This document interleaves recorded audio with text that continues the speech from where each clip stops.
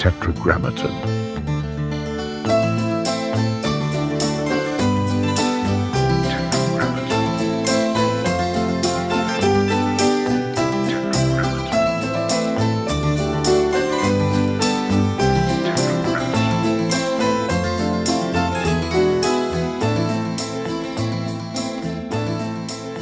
Well, I think that, we've discovered some really cool things about the process of creation.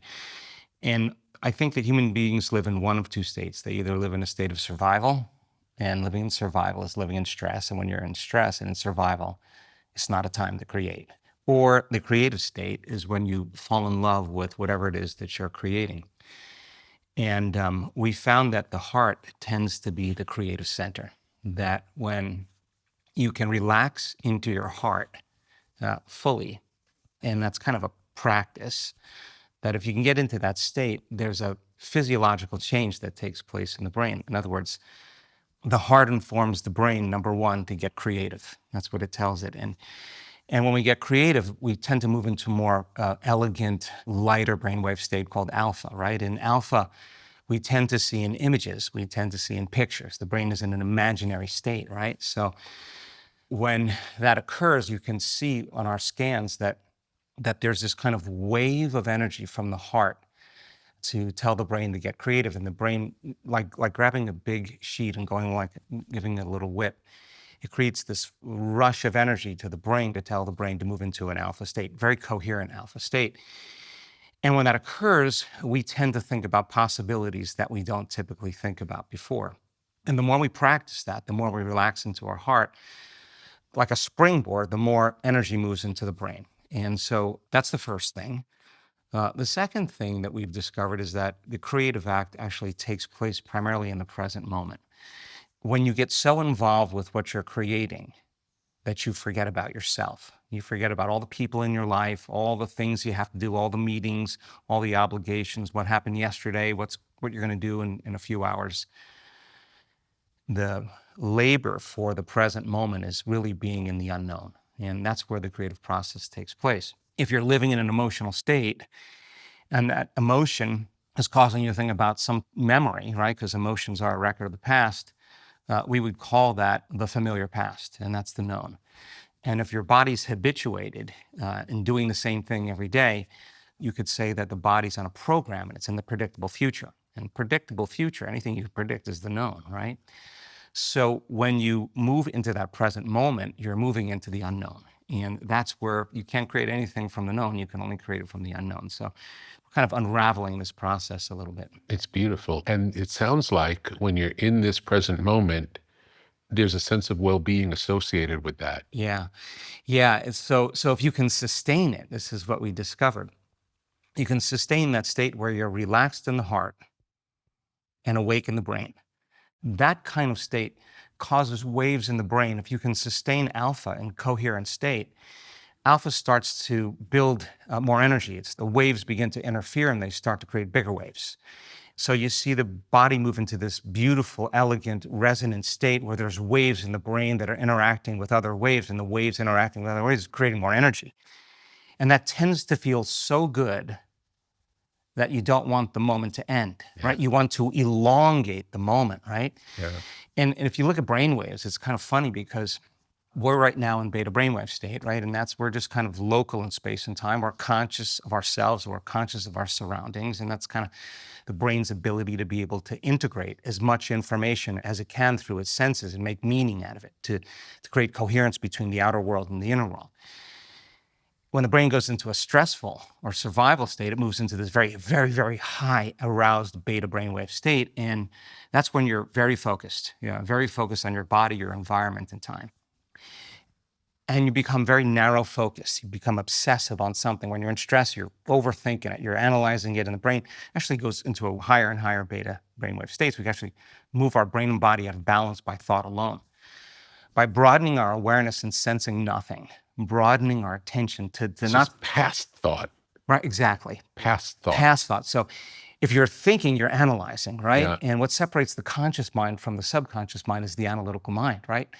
5% is our conscious mind, 95% is what's programmed, right? So as you sense space, the act of sensing nothing does two things. It causes you to stop thinking and analyzing if you're sensing space, right?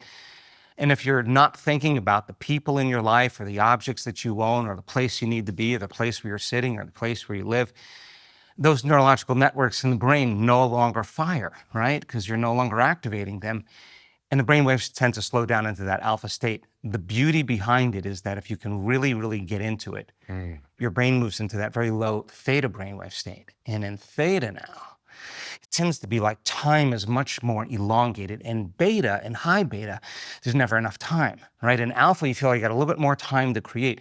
In theta, there's so much room that there's very elongated present moments. So time becomes Time dilated. slows down. Yeah, it dilates, right? You lose track of space and you lose track of time, right? If you can sustain that period where your body is in that theta state and it's carrying alpha and it's carrying beta and beta is carrying high beta and high beta is carrying gamma and gamma is super consciousness, all of a sudden now you're in an altered state of space and time. You have no reference to space and time. You're in a realm beyond space and time. That's where you take all of your attention off the material and you put it on the immaterial. There tends to be more information in the immaterial than we'll ever get from the material. Amazing. What are all of the ways that we can get into that state? Yeah, so I kind of mentioned two right off the bat. As I said, when you're in a state of stress or a state of survival, if you're being chased by T-Rex, most of your attention is on your body, most of your attention is on your environment because you're looking where to run, and of course you're thinking about time, right? So the brain gets fixed in a kind of a super aroused state, and we become very over-focused. As I said, we narrow our focus, very object-focused. The act of broadening our attention to nothing, to opening our awareness to space, causes the brain not only to slow down in its brainwaves, but when we're in high beta, our brain is shifting our attention from one person to another object to another thing, because we're trying to control and predict everything in our life. As a consequence of that, the brain tends to become very modulated. It tends to become more compartmentalized. It becomes a house divided against itself. And the brain starts firing very incoherently. The brain starts firing out of order because those different compartments, like a lightning storm in the clouds, are firing in different ways. The waves are interfering with each other, and brain waves are diminishing energy in the brain, right? And when the brain's incoherent, we're incoherent. And so as we broaden our awareness, the sense space, not only do we slow our brain waves down, but those different compartments, and sort of what our fMRI studies show, the different compartments that have been modulated, that have been compartmentalized, which, by the way, is a function of age as well, there tends to be more connectivity in the brain. The different neurons that are connecting in different communities, in different compartments, start reaching out and connecting with other neurons in the brain. So you have this kind of synchronization that's taking place in the brain. And what syncs in the brain links in the brain, right? So when our brain is highly coherent, we can hold a very clear intention. And that's a very important part of the creative act, right? We have to have a vision of the future, and it has to be very clear. And so broadening our awareness creates that kind of synchronization that causes the brain to move into that more intentional state.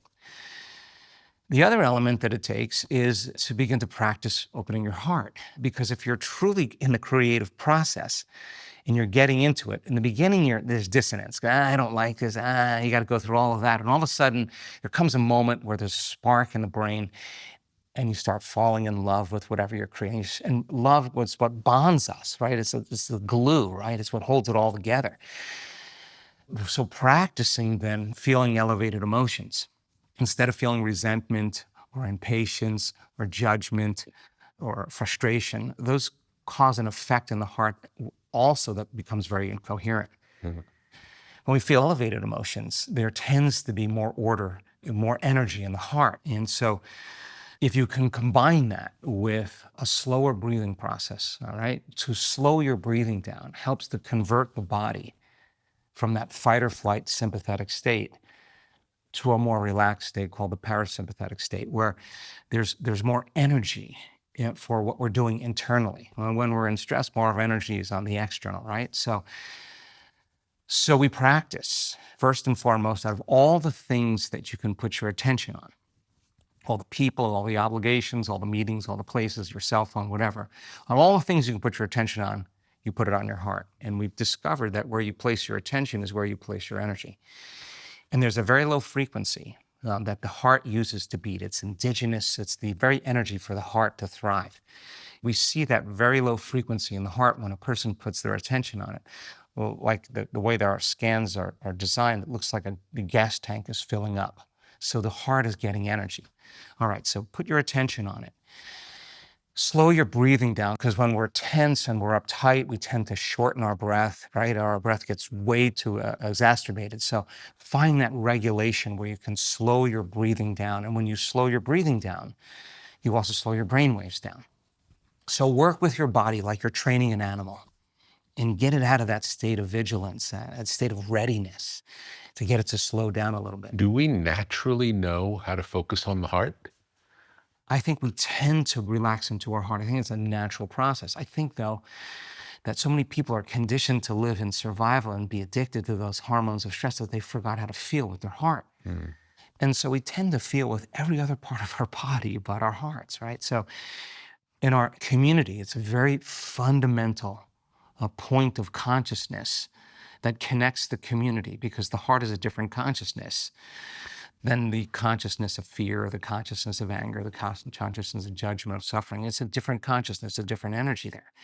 And pro-social networks tend to become more activated, and we tend to commune, we tend to connect, we tend to bond. So I think when all of those factors or ingredients are in place, human beings tend to want to rest in their heart. And that the heart also, when it beats in a certain level of coherence, begins to produce a profound magnetic field, a field that's being emanated from the body. And we tend to feel more connected to everything, and we tend to see more beauty in things. The majority of people spend the majority of their time living in that state of survival, right? So we have to stop feeling one way, and we got to start practicing and feeling another way. And there's an essential element where you have to work with the body to train it again, to breathe. It doesn't want to breathe slowly. It wants to breathe the way it's been breathing. And so you have to break that resistance. And so if you put your attention on it, you may not feel a lot of love the first time, but we now know that you're giving the heart energy. And all of a sudden you see the scan, you see the parasympathetic nervous system start to move up, which means the body's relaxing. And then what we discovered was something we didn't expect. And all of a sudden you see the parasympathetic nervous system start to go down, and there's this kind of elevation in the sympathetic response. But the sympathetic nervous system is usually an aroused state that creates fear, that creates pain, that creates anger or aggression. But this arousal tends to feel really good. It tends to be ecstasy. It tends to be bliss. It tends to be... That's unusual. Typically, there's the parasympathetic and sympathetic, and they're like a seesaw. Exactly. One goes up, the other goes down. And also in your film, we got to see in deep meditation, they both go up. Yeah. That's very unusual. Yeah, that's a great point. And that's exactly what we discovered. Well, we were working with a bunch of researchers, 3 researchers at Harvard University, and they discovered that there's also a sympathetic response that's taking place, but the sympathetic response is not in survival. One. Yeah, it's elevating, it's ecstasy, it's bliss, it's connections, it's ineffable. There's almost not a language to describe whatever that is, what we're feeling, but the best part about it is that we're not feeling it from anything outside of us. It's kind of coming from within us. And that's when people stop looking for it, I think, out there.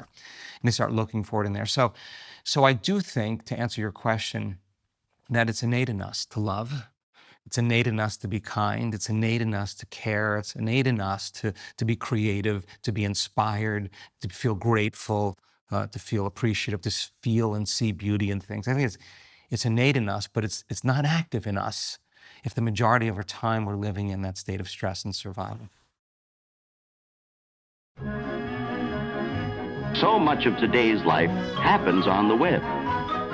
Squarespace is your home base for building your dream presence in an online world. Designing a website is easy, using one of Squarespace's best-in-class templates. With the built-in style kit, you can change fonts, imagery, margins, and menus, so your design will be perfectly tailored to your needs. Discover unbreakable creativity with Fluid Engine, a highly intuitive drag-and-drop editor. No coding or technical experience is required. Understand your site's performance with in-depth website analytics tools. Squarespace has everything you need to succeed online. Create a blog, monetize a newsletter, make a marketing portfolio, launch an online store. The Squarespace app helps you run your business from anywhere. Track inventory and connect with customers while you're on the go. Whether you're just starting out or already managing a successful brand, Squarespace makes it easy to create and customize a beautiful website. Visit squarespace.com/Tetra and get started today. Tell me about the outer world and our inner world. How do they harmonize or bump up against each other? Yeah, I think about this all the time. I'll give a very simple example. If we're not being defined every day by a vision of the future of ourselves, that creating something that we would like to experience, I assert that we're left with the memories of the past, right? And so your brain is a reflection of everything that you know in your external environment. It's an artifact of everything you've experienced up until this moment. It's a repository of everything you've learned and experienced as an autobiographical self, right? You have a neurological network for your partner, you have a neurological network for your pets, you have a neurological network for your kids, you have a neurological network for your phone, for your car, for your house, for every place, every object, everything is mapped in your brain. And because we've experienced them, there's a neurological network that's associated with them. We also have an emotion associated with everything in our external environment. You have an emotion associated with your enemy, with your coworker, with your phone, whatever it is, right? There's an emotion that keeps us giving that very thing our attention, right?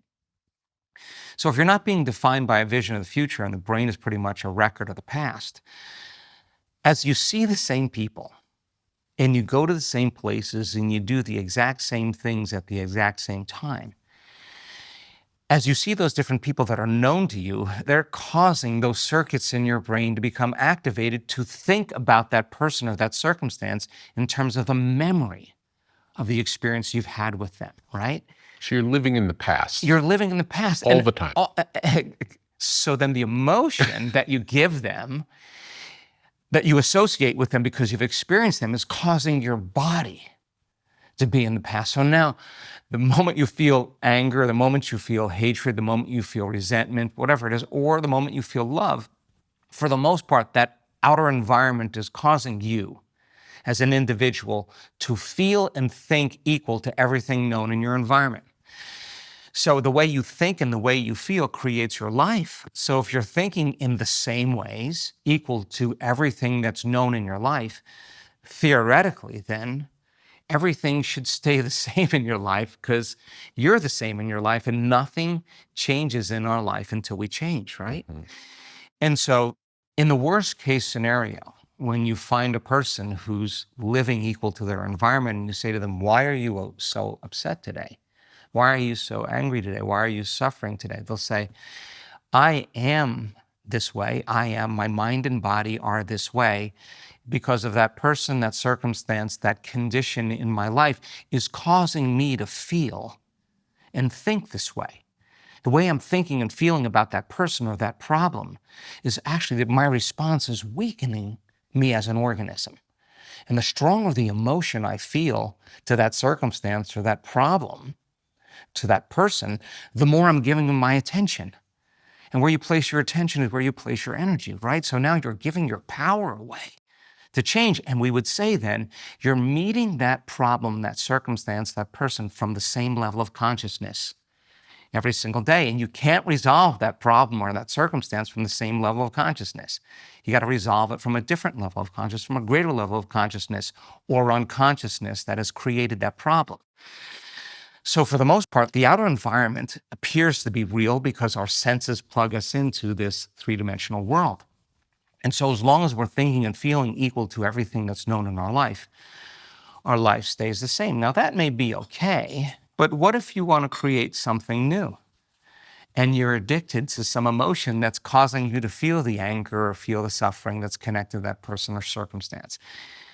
It's very hard to believe in the future that you're creating if you're feeling the emotion of the past. Yeah.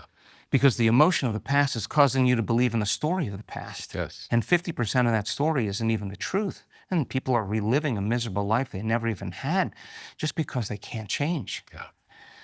So then there's a process of like a biological death that has to go on where you have to go, if I'm really going to create something new in my life, then I have to overcome in order to become that person. I got to overcome the story, the memory, the belief, the behavior, the emotion that's keeping me in the past. And if I'm addicted to it, there's going to be withdrawals. Yeah. And people go on bad trips and they got to stop telling the story of their past and they got to start telling the story of the future. And the only way that we could actually believe in that story of our future is when we feel the emotion of that future. And we discovered that when you combine that clear intention, coherent brain, with an elevated emotion, coherent heart, there's a substantial change in your biology as well as your energy. And if you keep doing that over and over again, the stronger the emotion you feel about that future, the more you remember it. And you're creating a long-term memory. And biologically, it looks exactly the same as remembering the past, but now you're remembering the future. So then, is it possible then that we can change our inner world to look like the event has already occurred, neurologically and biologically, epigenetically, so much so that you're feeling the emotions of your future, that you no longer are looking for it. You only look for it, like where is it, when you feel separate from it. If you feel like your future has already happened, You already have it. you already have it. Now get ready. Because this is when the synchronicities, Yeah. the coincidences, the opportunities, you know this very well, you live this. The doors open, the universe is telling you you're connected, you're in the creative process, and we're here to support the act, right? Yeah. And so then, is it possible then that the consciousness of any new reality, the awareness of any new possibility, the thought fixed in the mind and held in the heart of anything, of any circumstance, of any condition, is the actual thing itself? That's the inner world, right? And so then can we continuously then invest our attention and invest our energy into a future that we haven't seen or experienced yet, but we've thought about enough times in our mind that our brain is literally changed to look like the event has already occurred. Well, what comes up for me that's really interesting, I never thought about this before, but hearing you say that is the reason we want the thing, whatever it is, whatever the object of desire is, isn't really for the thing. It's for the feeling we get from having the thing. It's the end So product. if we can skip to the feeling of having it, in some ways the physical becomes moot. Why? Because you're doing it for the experience that produces the emotion, to take away the lack or separation from not having it. The emotion is the goal. It's the end. It's the reward. Yeah. It's the reward of the experience. When you feel abundant, when you feel unlimited, when you feel whole from the experience, right? But in the quantum, it's kind of a different set of rules. We have to feel it in order to experience it. And so then we have to move out of lack and separation. So when a person combines that clear intention and falls in love with the future event before it happens, the body, as the unconscious mind, is so objective. It does not know the difference between the real life experience that's creating the emotion and the emotion that we're fabricating by thought alone. The body's believing it's living in a nurturing, loving environment. And if the environment signals the gene, and it does, and the end product of the experience in the environment is the emotion, we're actually signaling the gene ahead of the environment, and genes make proteins. And proteins are responsible for the structure and function of our body. And the expression of proteins is the expression of life, and the body looks like the experience has already happened. Okay, now if there's physical evidence in the brain and body to look like the event has already occurred, then you've already had the experience. That means you can't wait for your healing to feel whole in gratitude. So you have to actually feel wholeness and gratitude for your healing to begin. You can't wait for your wealth to feel abundance. That would be the old model of cause and effect. You would have to feel abundance ahead of the actual experience to generate wealth. So it's really effect and cause is how it works. Exactly. It's the inverse of how we've been doing it, because the way we create in three-dimensional reality is we create based on lack and separation. You see the sports car, you see the house, you see the wardrobe, you see the scarf, you see the vacation that you don't have, and the brain gets busy creating. I want that experience. The problem in three-dimensional reality is if you play by the rules of Newtonian physics, because there's separation, there's me, local in space and time, I'm conscious that I'm Joe Dispenza, and then there's the experience that I want to have, and the brain automatically, as a forecaster, as a predictor of reality, defaults to predict the future based on what it knows in the past. And it says, okay, you got to work this many hours, you got to save this amount of money, you got to make these sacrifices, you got to do this extra thing, you got to, do these things, because in three-dimensional reality, in order to create anything, you have to do something. And that the doing takes a lot of energy and it takes a lot of time. And so then when we have the experience of the vacation, when we have the experience of our whatever, the experience of having the vacation takes away the lack of not having it, right? But some people never actually create the things they want in their life, and they spend their whole life living in lack and living in separation. So that's the old model of cause and effect. And the new model is causing an effect, like you said. Can I change my energy and the experiment to hold the vision of my future and maintain this modified state of mind and body for my entire day? And if I do, will there begin to become feedback in my life to let me know that I'm in constant communication with an unseen power or intelligence that really wants to co-create with us? Now, in order for us to do that, we have to lay down the very thing we used our whole life to get what we want, for something greater to occur. And that's not something that you learn in one swing. It becomes a process of trial and error. And so the overcoming of the lack, the overcoming of the personality that's connected to the past and its story, is actually the becoming process. And that's exactly what our data shows. Our data shows that at the end of a 7-day event, if a person is continuously revisiting that dream of their future, there's substantial changes that take place in every biological system in their body, including their brain and heart. Their body looks like they're living in a completely different environment. Genetically, thousands of genes are upregulated to suggest that they're living in a whole new life. Thousands of metabolites are upregulated for growth, for repair, for regeneration.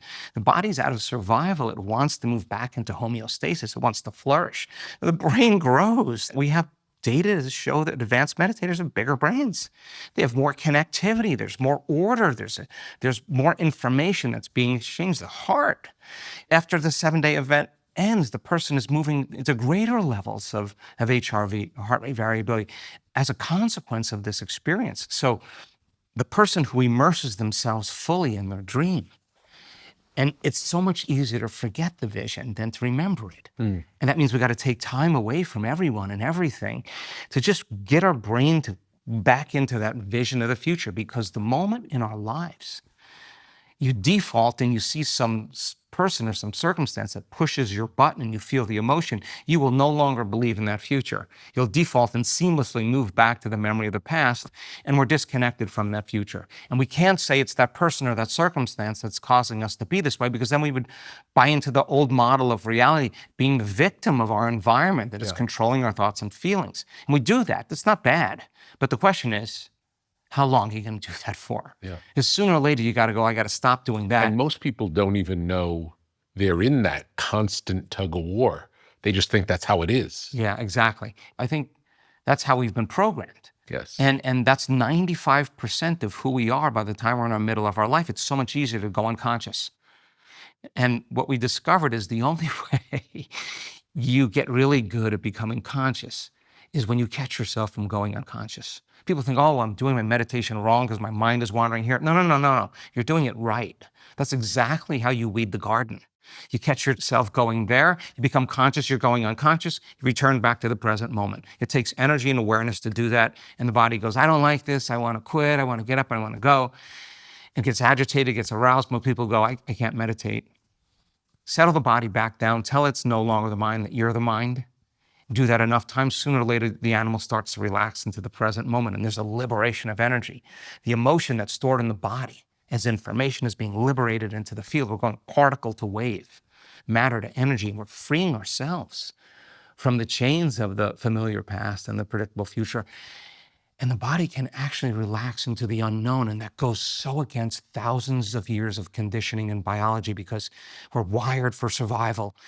And there's better chances of surviving when you run from the unknown, right? Yeah. So it goes counterintuitive to our biology, but yet, if you stay at it for just a few days, you get really good at being present. And it becomes a skill. The more you practice being present, the better you get at it. You get so good at it that you can actually like being in the unknown. And that's when the veneer starts to drop, right? And nothing bad's gonna happen. In survival, we're always imagining the worst case scenario because we got to prepare for the worst. And then we tend to feel the emotion of what it would feel like if it would happen, to get ready for the event. And we're changing our brain and body to become conditioned into anxiety, right? And you can program it subconsciously to such a degree that the body can automatically have a panic attack. Try as you may to control it with your conscious mind, you've programmed it subconsciously. So the person who heals from that condition of panic attacks, that's exactly what they do. And we have hundreds, if not thousands, of scans of people, of all professions, of all parts of the world.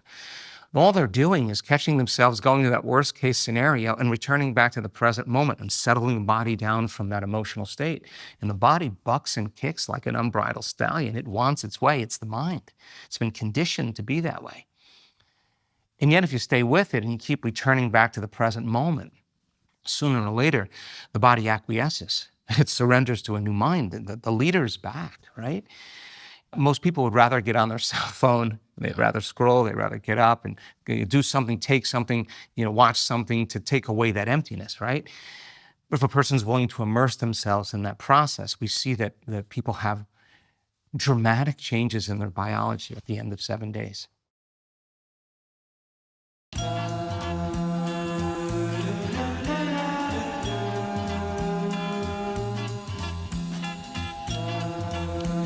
LMNT, element electrolytes. Have you ever felt dehydrated after an intense workout or a long day in the sun? Do you want to maximize your endurance and feel your best? Add element electrolytes to your daily routine. Perform better and sleep deeper. Improve your cognitive function. Experience an increase in steady energy with fewer headaches and fewer muscle cramps. Element electrolytes. Drink it in the sauna. Refreshing flavors include grapefruit, citrus, watermelon, and chocolate salt. Formulated with the perfect balance of sodium, potassium, and magnesium to keep you hydrated and energized throughout the day.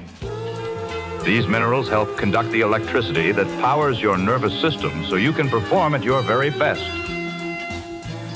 Element electrolytes are sugar-free, keto-friendly, and great tasting. Minerals are the stuff of life. So visit drinklmnt.com/tetra and stay salty with Element Electrolytes. LMNT.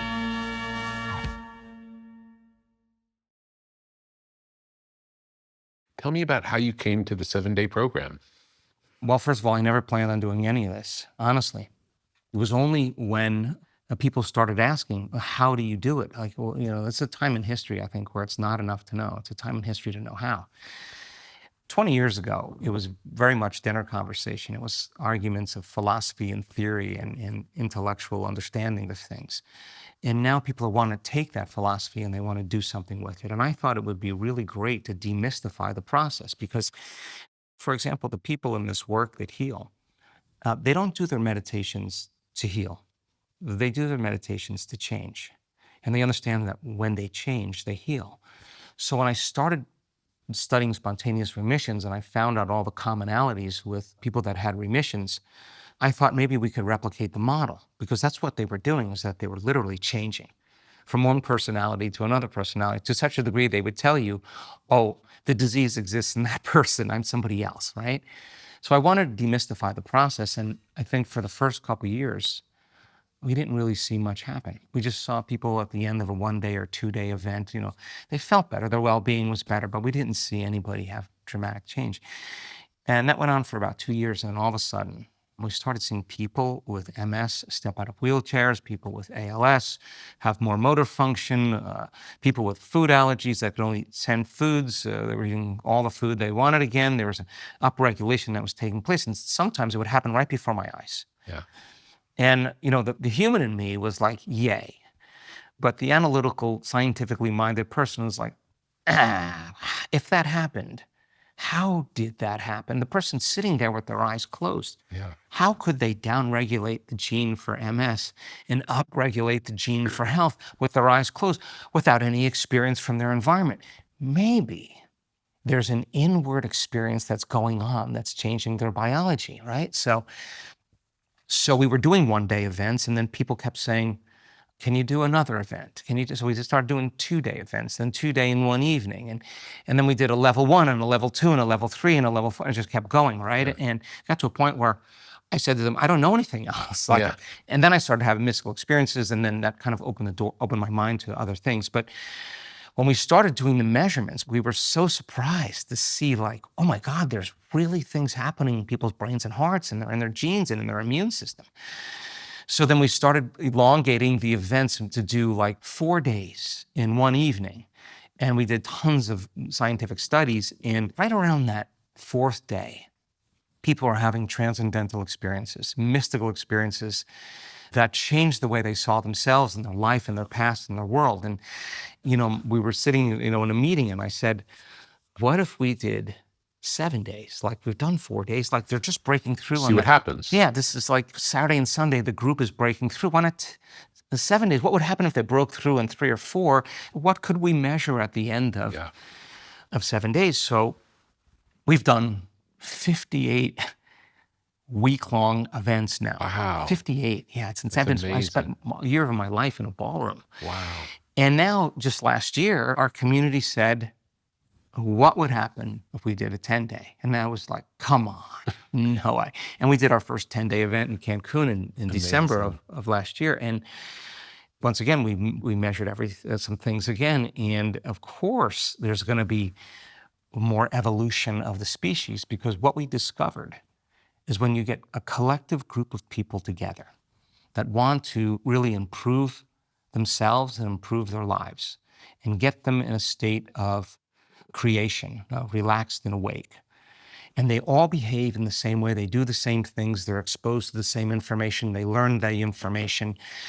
They practice applying it. That when people behave in that similar way, independent of what kind of individual genotype they have, and genes make proteins, right? Yeah. At the end of 7 days, when they behave in the same way, the emergent consciousness that's created is being reflected in their biology to such a degree that 80% of the tribe, the herd, the flock, are all signaling the same genes. Amazing.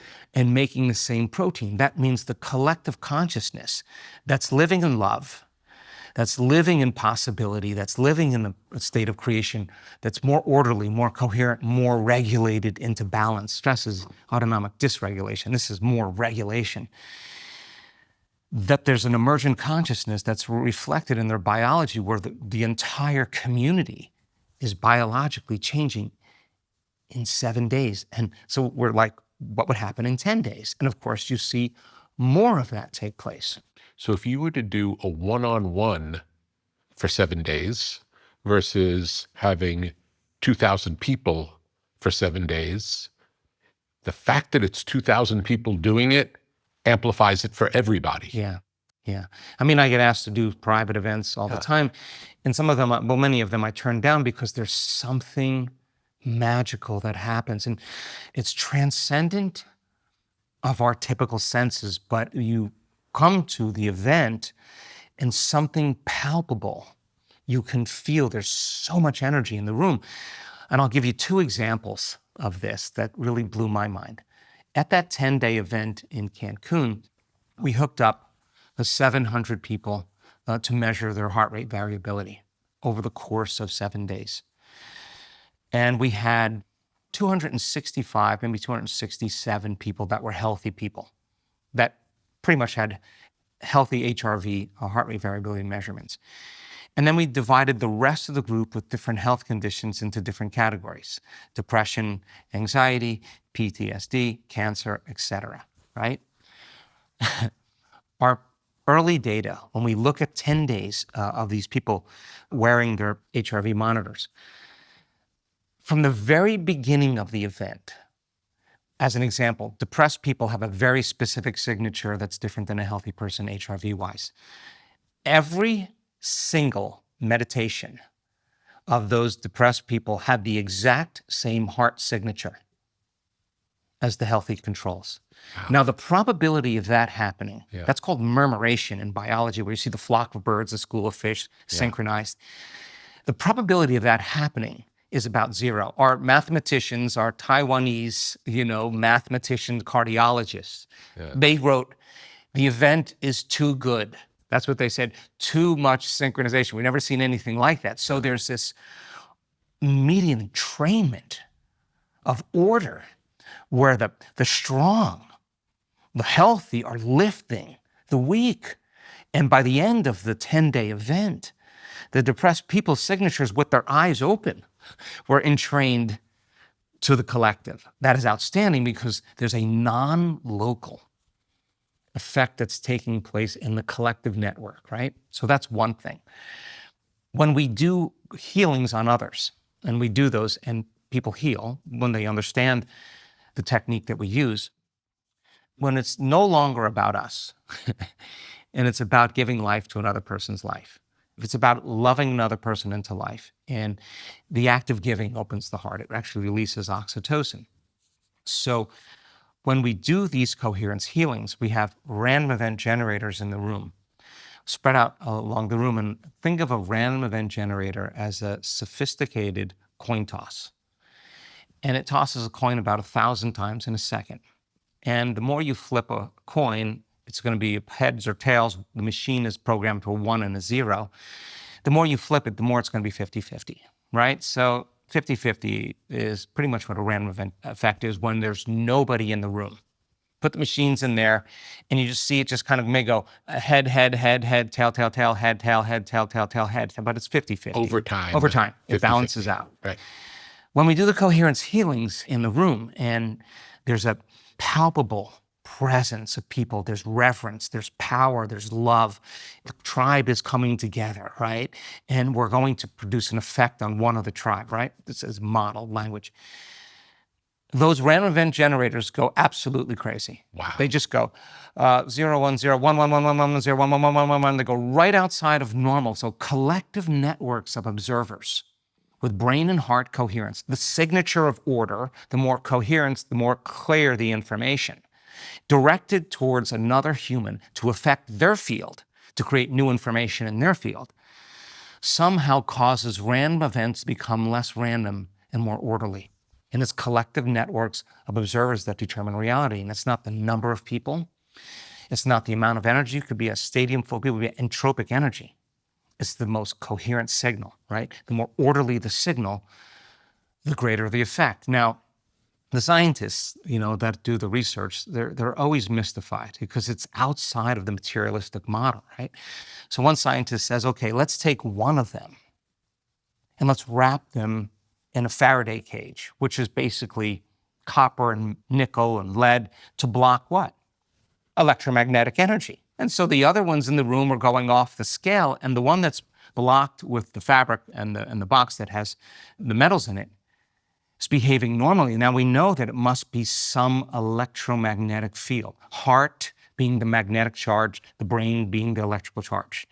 Electromagnetic field, right? So So just like an x-ray, you go get an x-ray, you see your dentist and they put the lead apron on you. That's to block the radiation from entering your body. So in the same fashion, we block the radiation that was created not from any machine, From people. the vitalism of order that's created when there's a march and a cadence where a person is saying, okay, someone in the tribe needs energy.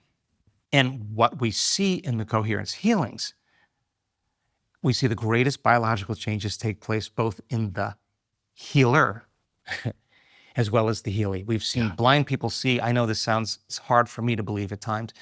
Deaf people hear, people that couldn't speak, people with stage 4 cancer, spread to Tell their me bones. about the setup for the healing. What does it look like? A group of people healing one. Okay, you got to imagine 2,500 people, right? Okay.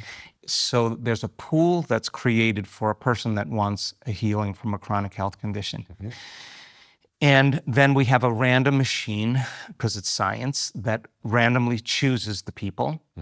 And there's an iteration that happens once, and then there's a second iteration to choose the rest.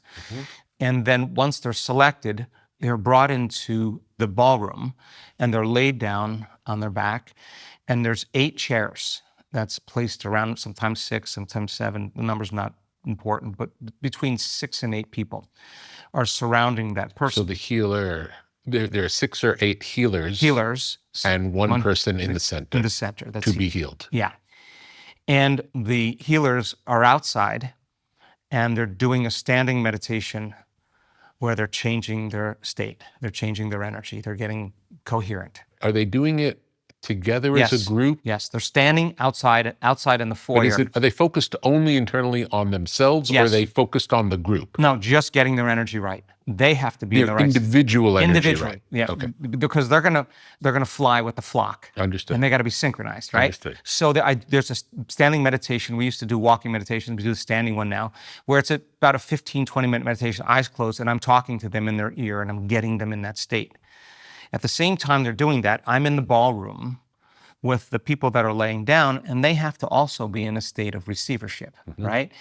And gratitude tends to be the ultimate state of receivership, right? When you receive something that's joyful to you, or when something happens to you that's wonderful, the end product of that experience, the emotion that's created, is called gratitude. So when you receive something, you feel grateful. So gratitude is that state of receivership. So I work with them to get them in that state where they're grateful to receive, and I talk to them and get them in that state. And then the doors open and people walk in, and there's volunteers, and it's got to be synchronized. I'm not waiting for anybody. I can't risk the room filling too slowly, because if the person's saying, oh, my back hurts, how long is this going to go? There can't be any distraction. I lost Yes. their matter trying to change matter, and they're going to exert a very little effect. Yes. Right? But if I can get them in that state where they come in and everybody's coming in, they're on purpose, and they're walking through those doors, and they're the mind of the healer, right? And sometimes they start with their hands over their heart, and they start standing behind the chairs.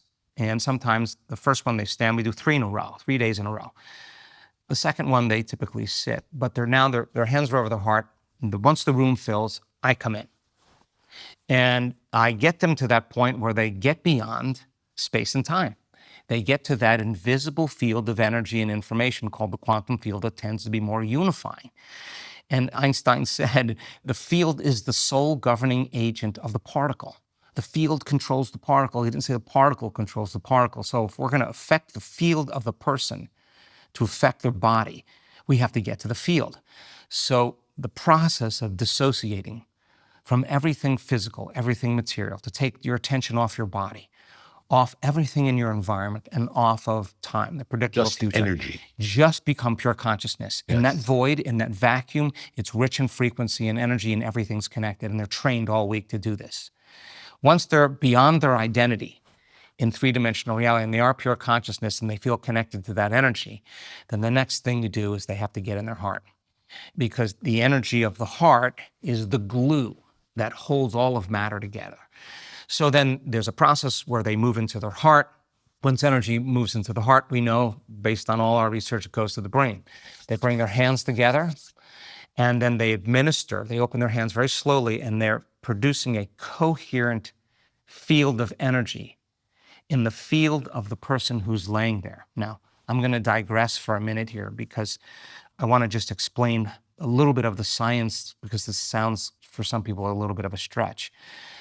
But there was a researcher in the 1940s at Yale University that was studying electromagnetic fields around living organisms. And he studied, electromagnetic fields around all types of eggs, insect eggs, spider eggs, bird eggs, chicken eggs, reptiles, snakes, amphibians, all types of eggs. And what he found was 100% of the time, the positive charge was always where the head was, and the negative charge was always where the tail was. A positive charge on one end and negative charge on the other, you have a magnet. And he discovered that there's an invisible electromagnetic field around the living organism, just like a magnet. You can't see it, but you can measure it, just like a magnet, it exists. And there's a field around the magnet in the same way. So then he just progressed his studies to studying more complex living organisms, and ultimately he came across the human beings, and he started measuring the electromagnetic field around human beings. And he did a study where he was studying women with uterine cancer, a propensity for uterine cancer, genetic propensity. And he wanted to study the field around the organ as well as around the body. And when he found the women that were diagnosed with uterine cancer, the ones that were diagnosed, 100% of those women had a very specific pattern in their electromagnetic field.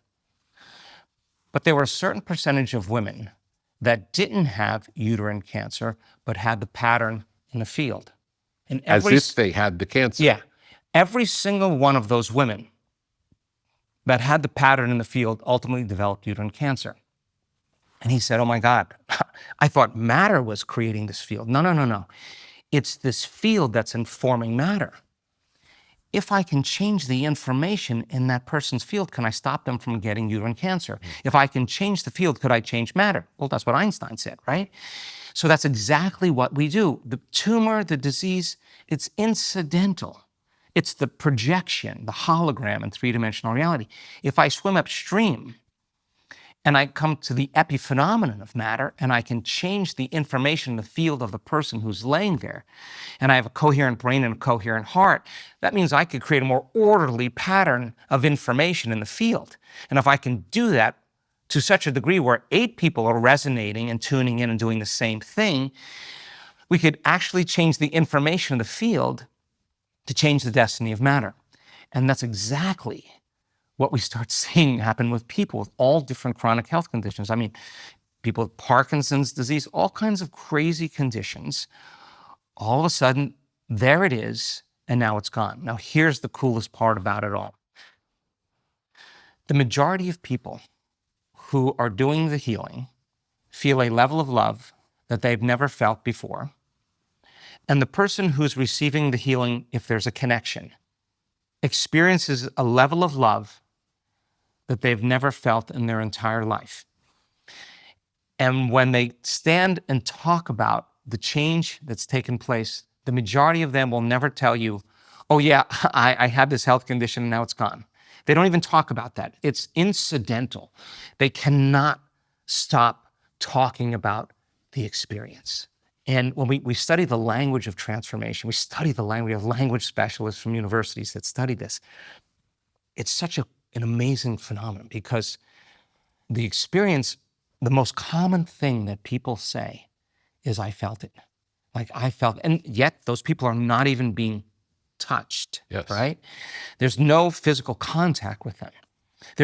Their matter's being vibrated to a greater frequency. Matter's being lifted, right? And all disease is a lowering of frequency. There's a level of order that's taking place down to the atomic level.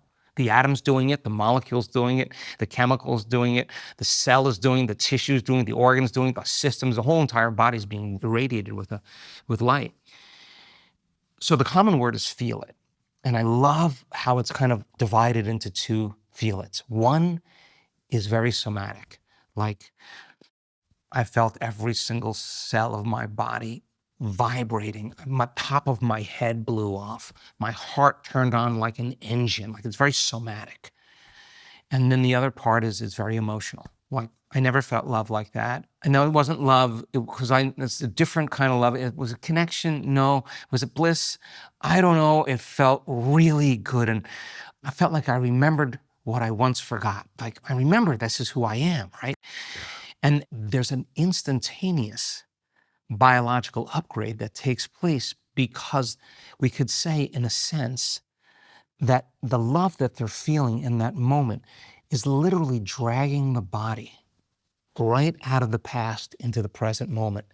And when the heart does that, this is the other thing that I failed to mention earlier. The second thing is that the other function of the heart, when it moves into that filled state of energy, it tells the brain the trauma is over. It tells the brain the past is over. The abuse, the betrayal, the violation, the shock, the diagnosis, somehow there's a reset in the baseline in the amygdala of the brain, the survival center, and the person on some level views their past from this elegant state like, oh, all of this had to happen. Oh, this is perfect because it brought me where?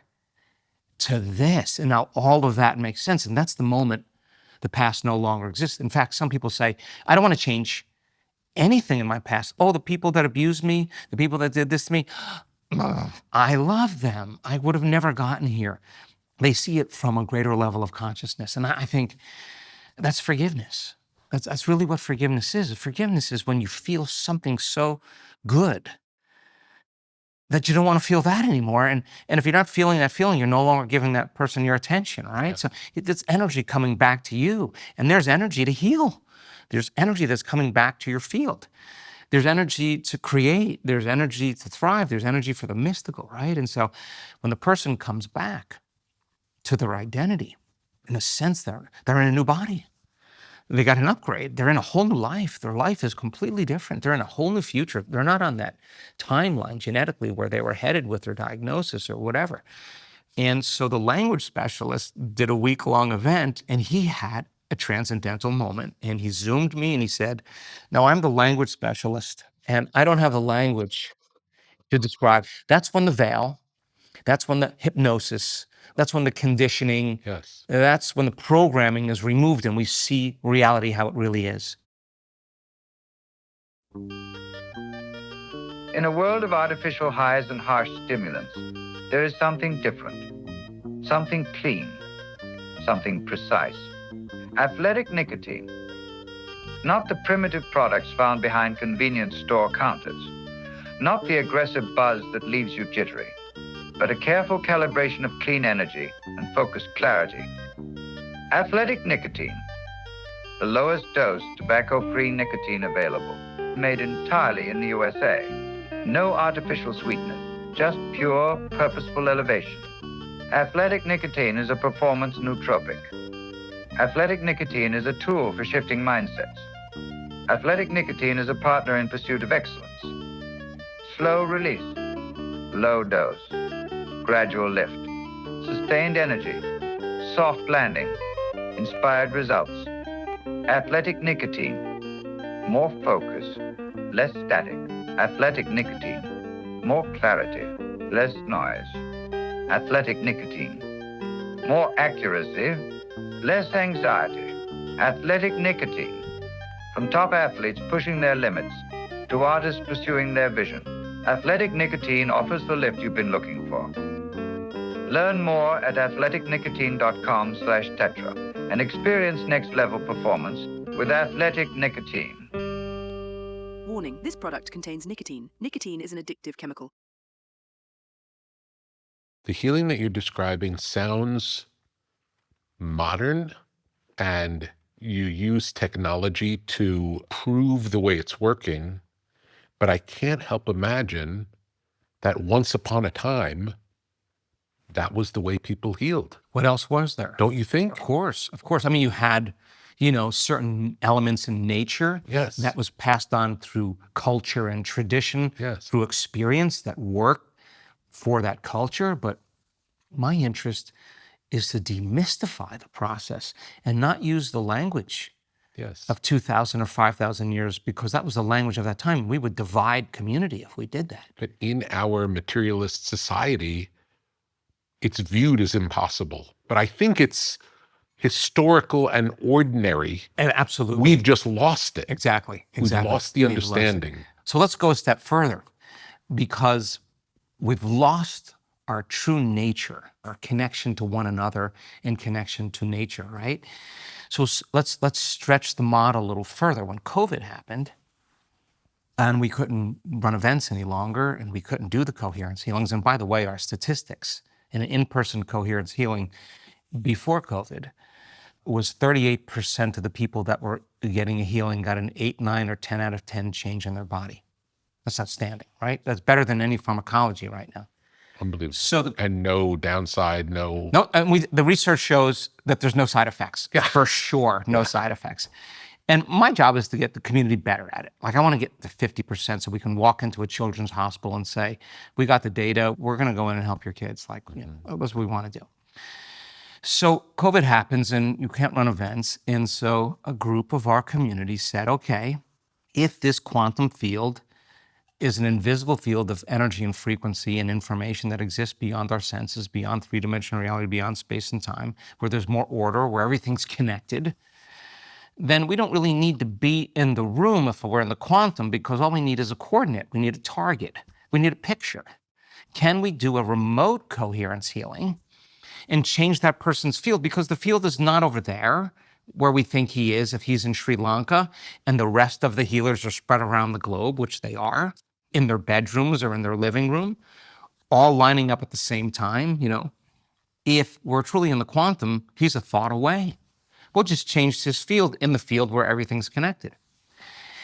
And we did a study, a double-blind placebo study, where we got a group of healers work with people that were diagnosed with PTSD. And they did, you know, health surveys, and we took all their measurements. And we found a website called thispersondoesn'texist.com, where, you know, the AI or the machine learning makes a face of a person that isn't a real face. And so we had to do a blind study in order to make it a scientific study. Long story short, at the end of this study, it was 6 weeks, I think it was, 90% of the people that had PTSD, that were treating conventionally and unconventionally, who still had PTSD, at the end of that 6-week study, 90% of them no longer have PTSD. Now, the scientists are really bothered by this. They'll tell the audience, like, I don't know how this works. You know, I can't say. The materialist has a lot of trouble with this. But you would have to really come to the point. I keep saying to them, what does this mean? It means we're all connected. We're all connected. Now, think about the healers who show up every day and do the healing. They're doing it for what? They're doing it for the experience of healing another person. Now, what we do in those remote groups, which is so important, once a month, the people who were healed, the mother whose child who had autism or birth trauma, that comes on and says, I just want to thank the group. My child, for the first time, made eye contact with her brothers, was smiling and giggling. My son, who has autism, is no longer defecating at night, is no longer urinating in the bed, sleeps through the night, takes naps, wants to go to school, held my hand in the shower, told me, Mommy, I love you. I just want to say thank you. Thank you so much for changing our lives. Not only you changed my son's life, you changed my life, you changed my family's life. We all changed from this feeling. Thank you. And tears of joy are running down the face. And the greatest form of gratitude we'll ever receive is when we receive gratitude. So you look at the 70 people on the Zoom call, and we're all in tears, because the experience of healing one member in the tribe, something It elevates everyone. Something innate awakens in us, Rick. Like, we're celebrating both. We changed someone in the tribe, like, and we're changed from the experience. Yeah. And that experience produces an emotion that's greater than any sports car, greater than any wardrobe. There's something that awakens in us, right? And that's when we tend to bond and come together. That's an experience in the unknown that's producing an emotion that's new, that's awe, that's wonder. It's whatever that emotion is our natural state of being. That's who we really are when we're not divided as a culture because of stress and survival. Yeah, and it has to be tremendously empowering to feel that. The fact that you participate in something and what seems to be magic happens. True healing. Yeah. Yeah. Really beautiful. Yeah. Really Yeah. beautiful. So I think that you can get better at it. And now we're just starting to work with children, both in person and remotely with autism. And it's amazing Beautiful. what we're seeing. It's really cool. The new movie is called Source. Source, yeah. How would you describe Source? I think Source is a great way to explain the work to a person who has difficulty in understanding exactly what we do. In other words, people who come to our events and they say, I don't know how to explain this to my husband or my spouse. It's a great way to kind of combine the science of what we're discovering about the idea that we are greater than we think. In fact, our data is always greater than we think. We're always amazed at our data. Surprised by it. Yeah, but the effects aren't like, 10% of the population is getting 1% change, a 2 standard deviation change in the right temporal lobe. It's not like that. Too much. It's like it's 78%, it's 82%, it's 84%, it's 90%, it's 100%. Yeah. Right? So you see that data, and it's happening in 7 days. So for the analytical person rational person who's having difficulty with this, because I have difficulty with it too, but combine the documentary with true stories of human beings that had cystic fibrosis, that had cancer, that had anxiety, that are totally relatable, that no longer have the condition any longer, right? So there's nothing like a good story. It's the 4-minute mile. You're looking at truth, right? You're looking at evidence. And then you combine the story of transformation with the science, the evidence, and evidence is the loudest voice. So the documentary was created so that it can help explain the work in a way that typically is difficult for a person to explain, because it's like trying to explain what a mango tastes like. Experience is the best professor. You got to jump in and you got to get into it. So what's happened since Source, though, is we've done so much other research that we have to do like a docuseries for the microbiome, for endogenous opioids, for neurogenesis, for all these pairing young people with old people and brain changes and cognitive changes. And we have all this new data that, we're discovering. So Source was our first shot at saying, basically, you're greater than you think. And your nervous system can manufacture a pharmacy of chemicals that can work better than any drug. That's what our data says. I mean, the best drug usually is about 25% efficacy. You're getting to 78, 80, 84%, with no downside. With no side effect, no downside. So hopefully it captures people's attention just to really understand that we are greater than we think. There's a line at the beginning of the movie, a quote, where you say, "In the age of information, ignorance is a choice." Yeah. It's a beautiful line. Yeah, I mean, I think what information has done for us is it's given us the ability to bypass authority, right? You typically needed a priest, you needed a rabbi, you needed a governor, you needed a doctor, you needed some expert, some authority that held information and disseminated that information to people, right? And now, we have the information at our fingertips. If you want to learn anything, you can be your own instructor. If the medical model is collapsing, if the journalistic model is collapsing, if an educational model is collapsing, if the environment is collapsing, you have access to that information, you can be informed. And now that you're informed, you can make a better choice. And so, as an example, in that documentary, what I wanted to say was people do the best with what they think is available. If they're unexposed to the information, they're going to take the conventional route because that's all they know. So based on their consciousness or their awareness of what's possible, the realm of choices are within convention. There may be some, other ones that are outside of convention that are kind of conventional.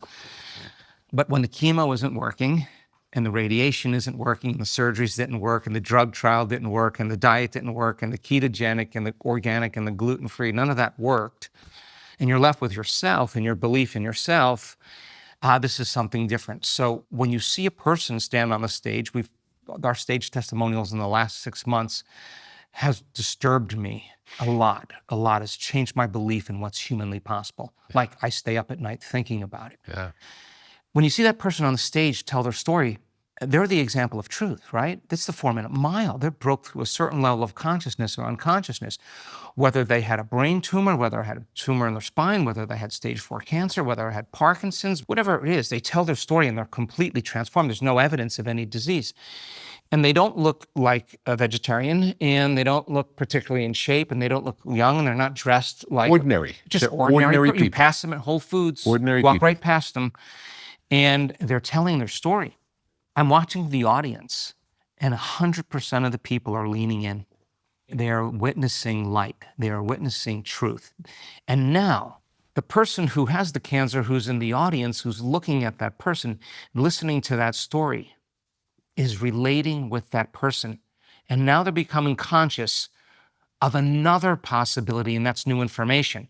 And if the collective becomes conscious of another possibility, just like an infection spreads amongst a community and creates disease, health and wellness becomes as infectious as disease. And now we see 5 people with Raynaud's syndrome.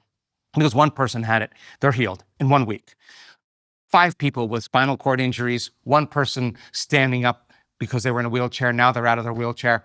We have 4 other people at the end of the event. One person blind. It's the hardest for the first person to do it. But But once the first person does it, just like the 4-minute mile. yeah, There's a footprint. And so the information now is causing the person to choose something other. And so the person may say in the audience, well, theoretically, I believe this is the truth. I've seen the testimonials. I saw the documentary. I just didn't believe that it could work for me. This is a very big moment. yeah. This is the moment where the person chooses themselves and steps out of the bleachers onto the playing field. That means if they believe in possibility, they have to believe in themselves. And if they believe in themselves, they have to believe in possibility. Now, listen, they can continue treating conventionally or unconventionally, but if they start doing the work and they start changing, when they start changing, they're going to start healing. And yeah, in the beginning, they may just sleep better through the night. They may have less pain. They may have more energy. Okay, the body's changing. Their blood values may still be the same. Their scans may not change. But when the person says, I went 9 months, I went 13 months, I went 2 years and 2 months, I never missed a day.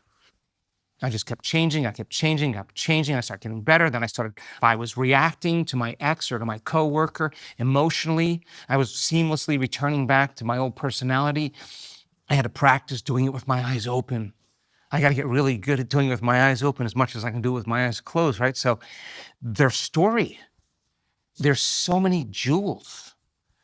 But the reality is that it took them 13 months for a 9-inch tumor on their kidney to finally disappear. And they're telling the story. It's very practical. It's not like Amazon Prime, one and done. You know, where is my healing? It's not like that. They understand that they had to change. They had to get their body back regulated into order. They knew it worked. And if they didn't show up to do the meditation, then they didn't believe it was possible. So they never missed a day.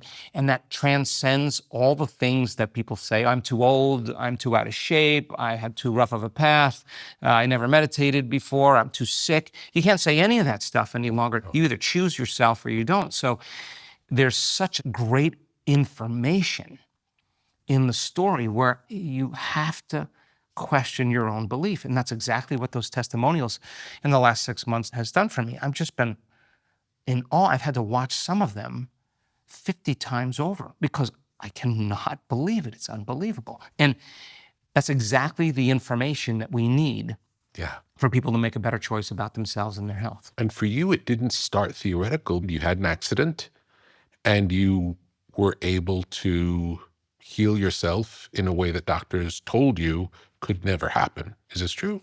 Yeah, it was in the 80s where you basically didn't say to the doctor, I'm not going to have surgery. I'm not going to do what you asked me to do. I think that was my wake-up call. You know, I really couldn't imagine living my life with rods in my spine from the base of my neck to the base of my spine and living on addictive medication, spending my whole life trying to get away from the pain and not being able to do the things I wanted to do. So they told me I was going to be paralyzed for the rest of my life anyway. So I thought I might as well roll the dice. I might as well step into the unknown. And I didn't know what I was doing much, but I just knew that there was an intelligence within us that gives us life, and I was going to make the time to connect to it and show it what I wanted. And I think it's very difficult, we know, when you're faced with a trauma or a diagnosis, to focus on what you don't want. Yeah. And it took me 6 weeks, to be honest with you, to change my mind on that. And so once I had my own experience and then studied spontaneous remissions, that kind of kept me interested in kind of this mind-body connection and mind over matter. And so it was what started me on this whole journey. I remember reading your experience, and it was mind-blowing, really eye-opening. And in the same way that the people who get on stage and tell their story, your story allowed me to understand what was possible. Tell me about the heart and the brain and how they relate to each other, how they connect, when they connect. Tell me about that relationship. Yeah. And is it heart and brain, or is it heart and mind? Well, I mean, mind is the brain in action, right? So whatever you want to call it, for the purpose of the neuroscientific model. You say brain. Right? I think the brain thinks, but the heart knows. And I think there's a lot of wisdom in the consciousness of the heart. But when you feel gratitude, or you feel true love for something, or you see real beauty, or something moves you and you weep in joy, that's an awakening of that center, right? And a lot of people fight to feel that, even when they're in public, they don't want to be that vulnerable, right? And because if you're living in survival, being vulnerable is very dangerous, right? Yeah. And the jungle is going to say you're prey if you're vulnerable. So there's protective systems that we have within us that are not conscious, that have been programmed subconsciously, that I believe causes us to not open our hearts, right? But if you reason with people and you have them understand that if you're truly going to create, you need to get your heart involved. If you're going to believe in that future that you're imagining with all your heart, it better be open and activated, because the heart is the magnetic charge. It is the glue. The pattern that's created from the heart, the energy and the glue, is actually the blueprint of the experience that you're going to have, and you have to have a coherent heart in order to do that. But it's the magnetic field that draws that experience to us. That's why it's so important to feel the feeling of the future before it happens, because it's that energy that starts to draw reality to us, right? Which means we can't attract anything in our life that we feel separate from. That's the law, right? So the heart is a strong indicator of allowing us to not only feel the feeling of our future, but to be able to memorize that feeling. So much so that no person, no circumstance, no condition would cause us to move back into lack and separation. That's the work, right? That's how the masters kind of figured it out, I believe, anyway. And when the brain is coherent, it has very profound electrical signals. And the electrical charge is the signal we send out. It's the vision, it's the dream, it's what we're imagining. It's producing information in the field. If the quantum field is an invisible field of energy and information where there's an infinite number of realities, potential possibilities, then the possibility, the reality of your health or your wealth or your love already exists. You just have to become aware of it, right? And so it takes a little bit of practice to get the brain coherent and get the heart coherent. But once they kind of get coherent, the relationship between the two, neurologically, biologically, chemically, and even energetically, tend to be regulated or systematized. And so if the heart and the brain are sharing the same energy, they're sharing the same frequency, and if they're coherent, all frequency carries information. Now, this is an important element because the majority of information that we get in our lives comes from our senses, comes from our outer world, comes from three-dimensional reality. And it's so easy to to hypnotize a person into limitation based on the information they're being exposed to. And people make choices, as you know, being programmed to behave in a certain way. Okay.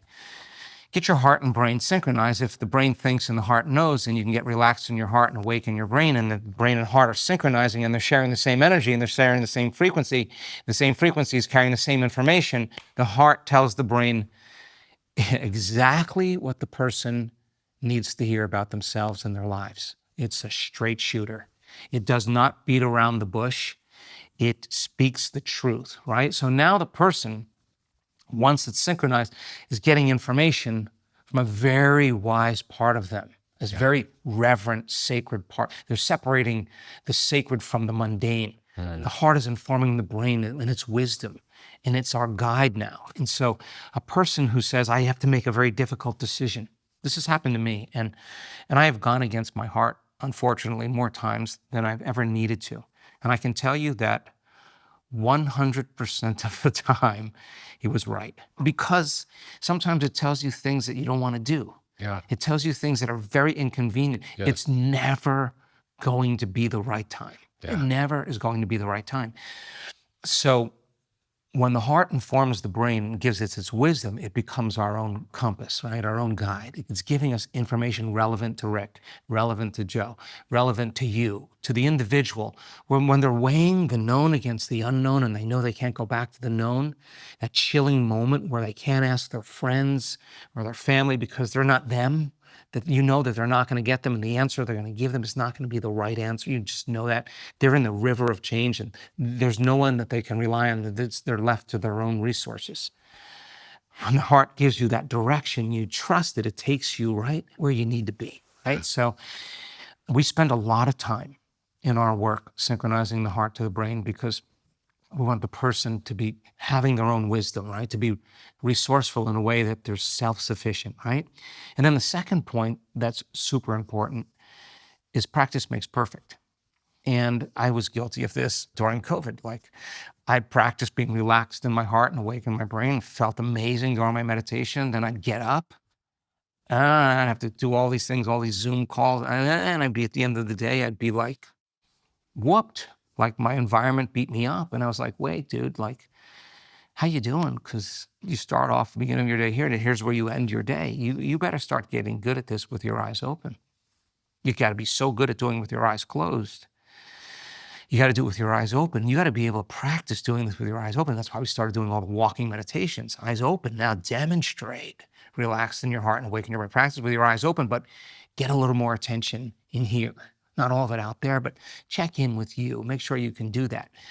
Instead of stressed out, unconscious, and living in a program, practice relaxed and awake. And so the evolution of that is to be able to do it with your eyes open and sustain that state. And the experiment then is, if I can, then I need feedback. I need to see feedback in my life. I need a small breadcrumb, a small synchronicity, a little coincidence, a little something to say, you're doing it. You're doing it. And it could just be something that causes you to smile, so that in a sense, you're waking up to a new belief that you're actually the creator of your life instead of the victim of your life. And so we have to practice with our eyes open. You know, everybody reacts. We all react. The question, though, is how long? That's the real question. How long are you going to do this for?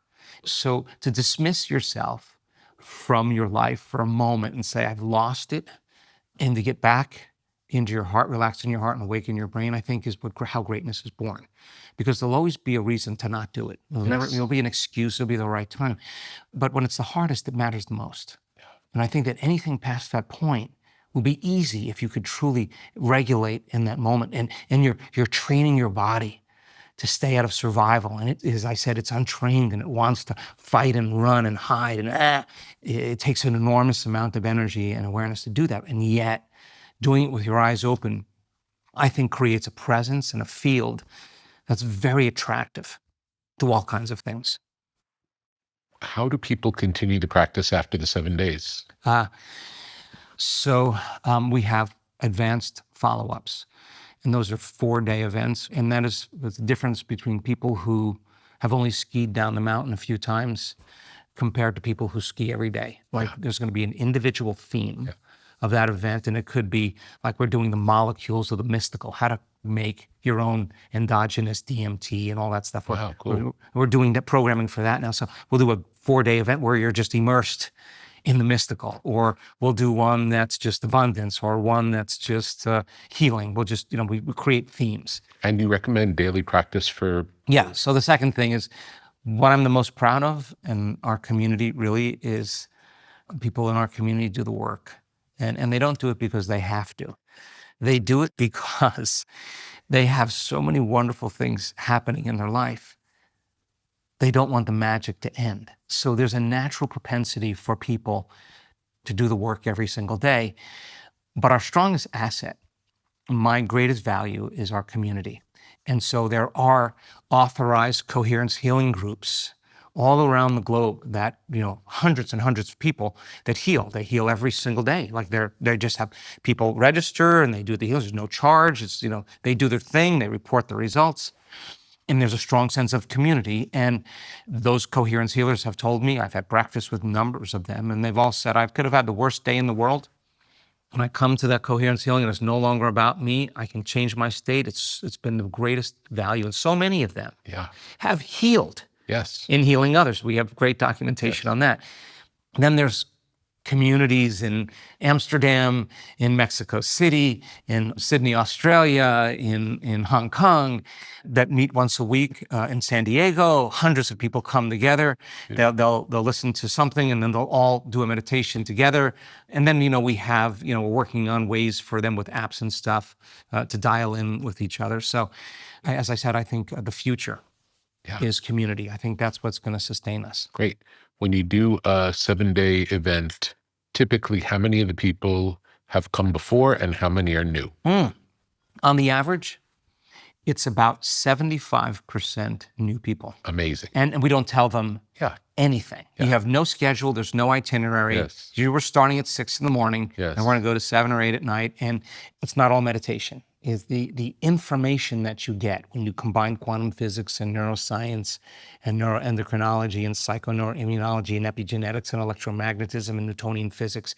You got to build the model, right? You got to fire and wire and get that information in, install the hardware in preparation for the experience. Understand what you're doing, understand why you're doing it. And we give the information, we teach the information, but then you have to turn to the person next to you and teach that information back to them. Because if you can't teach it back to them, it's not wired in your brain. So we know that now, doing enough of these, that you got to wire it in your brain, right? So get it wired in your brain. And then, now that it's wired and you understand the what and why, let's get your behaviors to match your intentions. Let's practice. You practice, you have the experience, then there's more information. We evolve the experience a little bit more, and we evolve the experience a little bit more. So the beauty behind what we discovered is that the novice meditators, people who really haven't meditated much before, or did a little meditation or a different kind of meditation, at the end of 7 days, when we look at their blood, you saw the documentary, the metabolites, the number of genes that are upregulated in novice meditators. At the end of 7 days, their blood looks like they're advanced meditators. They're regulating thousands of new proteins and all these different chemicals, and they're in a ballroom. There's nothing really spectacular happening in a ballroom. It looks like a big sound booth, right? So the changes are coming from within them. The molecules that they're making are coming from within them. So the 7-day event, 75% of the audience, sometimes 80% are first-timers. And then, that's that 20%, the 7 days always continue to evolve. So they're never the same. They're similar, but we're always adding new stuff. Yeah, and if it's a great experience, you might want to have it again. Yeah, I mean, you're just hitting the golf ball. You got to keep practicing, right? You use the word space often in the meditations. Is space empty? Well, if you look at Oxford quantum physicists, those people who study quantum mechanics, they'll tell you it's not. You could take a box of space, empty space, and remove everything material down to the atom, just a void. There are enormous amount of quantum fluctuations, frequencies that take place in that void or vacuum. And what does frequency contain? Information. Information about what? The whole. The whole is in there, right? So space is rich in frequency and energies. What we're looking at, It's like a hologram. Yes, exactly. So what we're perceiving in terms of reality is the wavelength, the frequency of light, visible light. Red, orange, yellow, green, blue, indigo, violet. That's rainbow spectrum. That's all we're perceiving in terms of all the frequencies that exist that are available. That frequency of light is bouncing off the most stable form of energy called matter. And it's fooling us into this illusion of separation. I'm here and you're there, right? And so in three-dimensional reality, everything is separate from us as a consciousness or an awareness. That quantum field, though, that invisible field of information that exists beyond space and time, there's nothing physical or material there, but it's the frequencies that we're not perceiving with our senses that are not material, because everything material exists in three-dimensional reality, and that's not quantum. It's the effect of quantum. It's the slowest frequency, right? So there are other frequencies, and the quantum is really those other frequencies. That void or that vacuum is rich in energy. And if you get right down to some theoretical physicists, they'll say it is pure consciousness, and in it lies all potentials in a non-manifest, immaterial, non-tangible form. And in order for matter to appear, a vibratory sensation must be set into motion in the void or the vacuum, and that's a thought, right? It's the realm of thought. It's the realm of information. It's the realm of possibilities. And everything comes from that. Everything All material, matter. everything physical and material comes from it. And think about it. Just take away everything physical and material in our known universe. You, me, bodies, people, objects, things, places, the world, moon, the sun, the planets, the moons on the planets, the stars, the galaxies. You're left with a void, a vacuum. But yet everything's suspended. And there's laws of the way it all works in cycles. How does your work compare to faith healing? I don't know a ton about faith healing. What I make my greatest attempt in doing is offering people my greatest understanding of the truth, and then numerous opportunities to experience it. So if I could give them the information beforehand that helps them to accept what's possible and use science as the model, because I think that's the language that we have to use. And nothing is left to conjecture or superstition or dogma, right? And they know exactly what they're doing and why they're doing it. The how becomes really meaningful. And when you assign meaning to the act, you switch on the prefrontal cortex and it wants an outcome. It wants an outcome. It wants a result, right? So if it's conjecturous, if it's superstitious, if it's dogmatic, if it's spiritual, there tends to be a little doubt, right? So you got to remove the doubt so that intention is the primary objective, right? So my definition of faith is believing in thought more than anything else. That's when you truly have faith, right? But I don't know enough about faith healing in terms of, I don't want people to hope and to wish and to want and to wait, right? I want them to really understand that you can shorten the distance between the thought of what you want and the experience of having it. Practical action. Yes, yes. And when you lose the luster and you go back to hoping and wishing, it's only because you don't understand what you're doing and why you're doing it. You have to go back and relearn it. Okay, if I'm going to really heal my body, I better understand epigenetics. If I feel this emotion and I can sustain this emotion, I'm knocking on the genetic door, I can upregulate the gene for this disease and downregulate. I saw the data. I can downregulate the gene for this disease. I'm going to feel this emotion to have the intention of doing that. When we measure that, 100% of the people, when they're in the right state of mind and body, can actually intentionally signal a gene that they can't even pronounce. That's making a protein they can't even pronounce. It's just an intuitive knowing of how to do it. The intention is the information, and the innate intelligence of the autonomic nervous system, the chemical brain, will take that intention in the form of information and manufacture a pharmacy of chemicals equal to that intention. And the first study we did, 100% of the people signaled the gene when they were in the right state. 95% regulated the gene when they were in the right state. That's how powerful we are. And they don't have to know what it is or what it does. Intellectually, they don't have to know that it's 908 amino acids. They don't have to know the sequence. They don't have to know the length of the protein. Just have the intent. That's your job. And get in the right state. Open the door between the conscious mind and the subconscious mind. Drop the information into that autonomic system. It knows what. And that's exactly what we've discovered. You've said that science is the contemporary language of mysticism. It's a beautiful phrase. I've been at this a little bit of time here, and I've noticed that the moment you mention a word that is in some tradition or some spiritual sect or some culture, I think people shut off. And I've been at religious conferences. I was invited to the Parliament for the World Religion. I've been to the Vatican, and I've seen people kind of argue words. But they're 5,000 years old or 2,000, nobody knows what they mean. And it doesn't matter. It doesn't matter. So it's just a label. Let's rename them.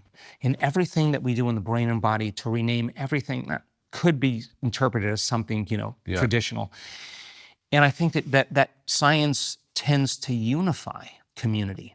It is the language. If you understand quantum physics and you understand neuroscience and you understand epigenetics, the language specialists that come and study our work, they say, independent of your native language, at the end of 7 days, you're all speaking the same language.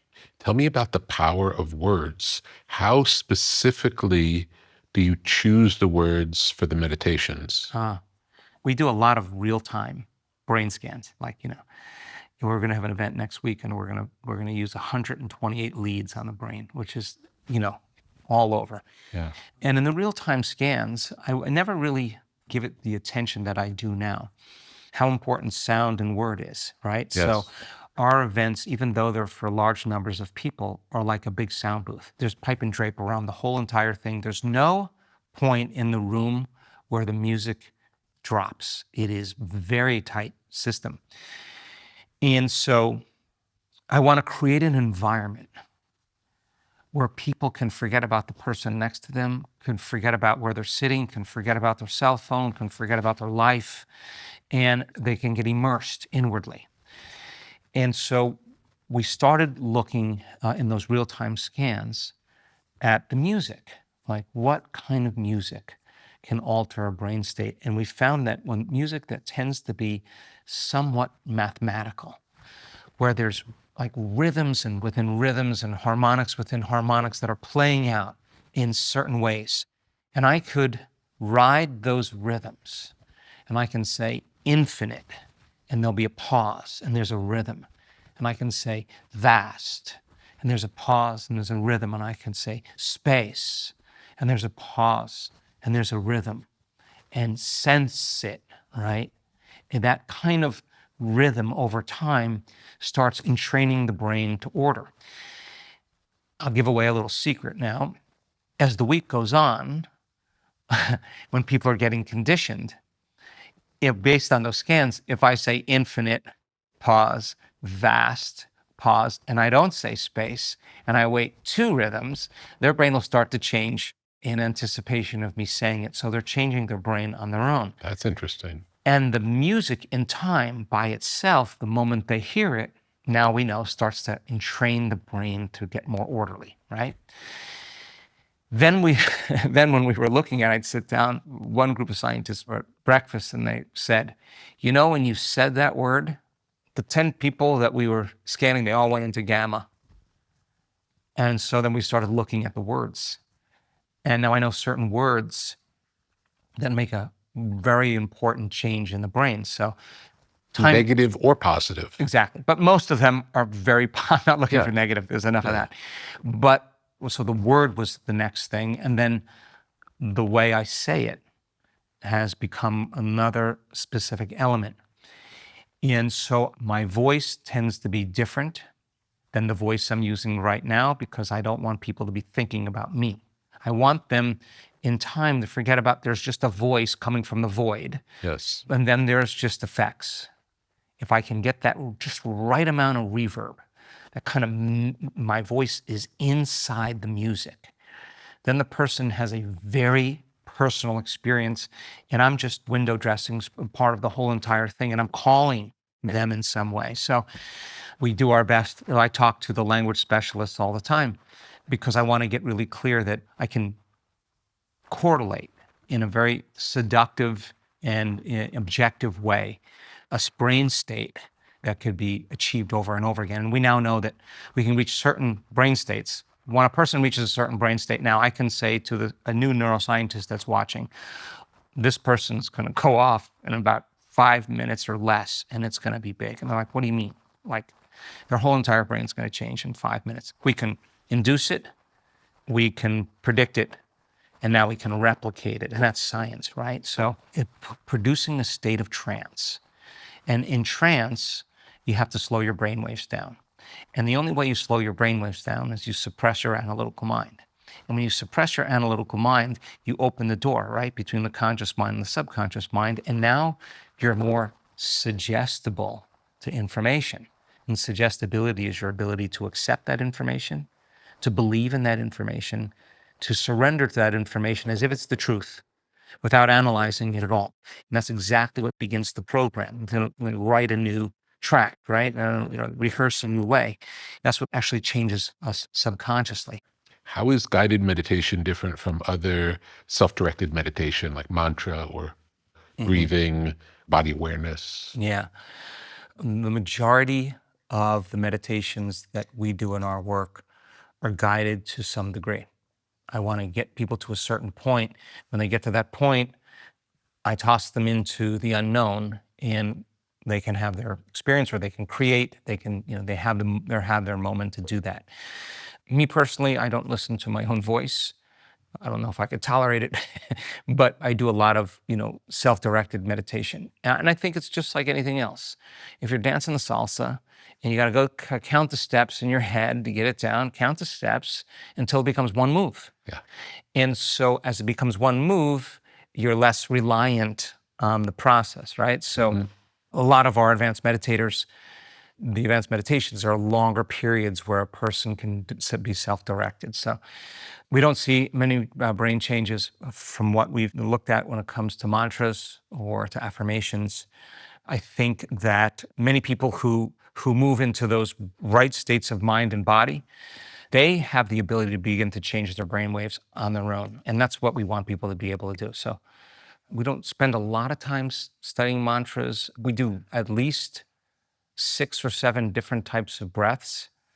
And each one of those breaths are designed for something different. How do breath meditations work? Well, they're not breath meditations per se. Let me give you an example. So the most of our meditations that we start with our hearts, right? And it's the act of creation should be a reverent, loving thing. So let's get our hearts open, the creative center, the union of polarity, the union of opposites, where wholeness starts. Let's get our creative center awakened and move out of survival. So the beginning of the event, you can imagine everybody's coming, they're jet lagged, they're in the wrong time zone, they lost their luggage, whatever. First 2 days, you got to work that out, right? As the event goes on, the breathing becomes very instrumental because they're able to drop in a lot faster. So the breathing that takes place with the heart is different than when we do the breathing to begin to bring enormous amounts of energy that's stored in the body back into the brain. Why? Because I want a person to be able to have enough energy in their brain so they don't fall asleep when they do their meditation, where they're relaxed and awake. And you got to work for that. And that's a very active breath. And you're squeezing cerebral spinal fluid up into the brain, and you're starting to, the sympathetic nervous system switches on and merges with the parasympathetic nervous system. And there goes all the guilt, there goes all the pain. It's turning back into pure energy. So that breath is a very active breath, right? When people lay down after meditations, and I don't want them to fall asleep yet, we'll do a different type of breath. And that different type of breath is to exchange oxygen and carbon dioxide, so that when you lay down and you're doing that breath, you feel so euphoric that you don't quite want to go to sleep yet, and you linger in that world between half awake and half asleep. That's where the door is. That's where magic land is. That's where information exists, right? So those are 3 examples. And then there's, we evolve the breath in other ways, but all to change your state in some way. So the brain studies and the heart studies that we look at show that there are effects that we're looking for actually take place. So we show the people the scans, we show them the breath, and then do the breath, and this is the outcome you'll get. If you don't do it, it won't happen. And if you go half in, it won't happen. And if you say, I'm too tired or too old or too out of shape or whatever, it's not going to happen. You got to go all in. So again, getting everybody doing something at the same time, behaving in the same way, creates that emergent consciousness. So breaths do tend to produce strong physiological changes. That's what we see. Tell me about the meditation-hibernation relationship.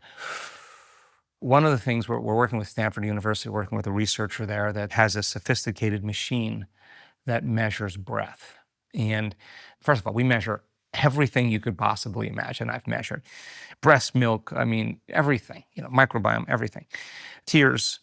Wow. There's information in breath, and when we did our first analysis with the university there were some key factors in the breath that suggest that a person kind of moves into a hibernating state. Like in hibernation, there's some great physiological things that happen that I find really profound.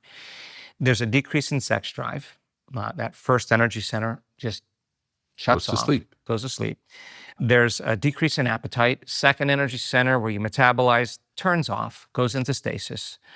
And there's a loss in the preoccupation with the external environment. Third energy center, get up and do something, shuts down. So the animal self kind of goes into stasis, right? And that's what allows the caterpillar to become a butterfly. That's what allows the octopus to grow a new limb. It's that the state of stasis where you could actually forget about that body and wake up in another body. And so we see these early signs of these particular molecules in the breath that indicate that hibernation is taking place. Wow. And along with that, in the breath, the body goes into ketosis, which is a more elegant and more efficient way to burn energy. And then there's another molecule in the breath that elevates, that determines kind of a lengthening of age, like a longevity is enhanced. The second interesting thing has to do with melatonin. Our eyes are kind of our sensors that pick up light, right? The frequency or the wavelength of light, right, is passing through your iris and it's hitting the retina, and there the optic nerve is translating that information from light into a nucleus in the brain, and the pineal gland makes serotonin. When there's an inhibition of light, there's an absence of light. Everybody knows this. The pineal gland switches and begins to make melatonin. Serotonin gets you up, melatonin puts you to sleep, right? One restores the body, one requires the body to use energy. When you begin to awaken this dormant latent system in the brain, you saw the documentary, and the pineal gland is like the brain's radio antenna. Vertebrates have them, right? A chameleon is picking up information from its environment, not through its senses, but through that soft part of their skull. Infrared and visible light is penetrating that area, and it's releasing pigments, right, that are derivatives of melatonin that camouflage the organism to survive in the environment. So we have a pineal gland. There's a principle in biology called endowment. You don't use it, you lose it. And it's been there forever in human beings. And why is it there? And it does more than just convert serotonin to melatonin. Why is it there? It has tiny little crystals in it, calcium crystals, that act as a transducer. And a transducer is like a TV antenna, picking up information in the form of frequency and translating it as chemistry in our biology, right? So those crystals are latent. And the breath that we do to bring energy into the brain, there's articles that talk about scientific research that talks about the pineal gland having a piezoelectric effect. Those crystals, when you apply a mechanical stress to those crystals, they become polarized like a magnet. The mechanical stress begins to create electrical charge. Now the crystals become electrically activated, and they actually begin to shimmer, right? Dial down the neocortex, dial down the thinking brain that plugs you into three-dimensional reality, take all your attention off the material, put it on the immaterial, change your brain waves, shut off the mechanism that plugs you into three-dimensional reality, get in a state where you're suggestible to information, get your brain coherent, start connecting to energy and information. The pineal gland begins to make that connection. It can transduce the information, right? So once the pineal gland is picking up frequency that's not visible light, the core, melatonin, can no longer be melatonin. And it can't be serotonin either, because serotonin is a function of the frequency of light that we're getting through our senses. But the pineal gland's picking up frequency that's not light. It's a frequency that's faster than light. What's that? Quantum. And the information that's being carried on that frequency is the unknown. It's not information that you're going to get from your senses. It's information you're getting from the field. And remember, there's more information in the immaterial than there is in the material, right? So the brain begins to connect, and melatonin begins to make these derivatives. And the derivatives look a lot like serotonin and melatonin. Melatonin's already an antioxidant. Now melatonin's going to get an upgrade. It's going to be a more rich, more whole, more profound antioxidant. You know, these are the most powerful antioxidants known to man. A derivative of melatonin. Why? Because it's interacting with greater information. Melatonin already causes you to relax, right? Now you're going to produce a benzodiazepine-like molecule. You're going to chill out, like suppress the survival centers in the amygdala, right? That's what Valium does. It's Valium. And it then begins to produce a molecule that's elevated in hibernating animals. And that's where the body can move into that state of stasis. The same chemical that's found in electric eels. What electric eels do, they amplify charges in their nervous system. That's why we see these high gamma patterns in the brain when a person connects. I mean, really connects.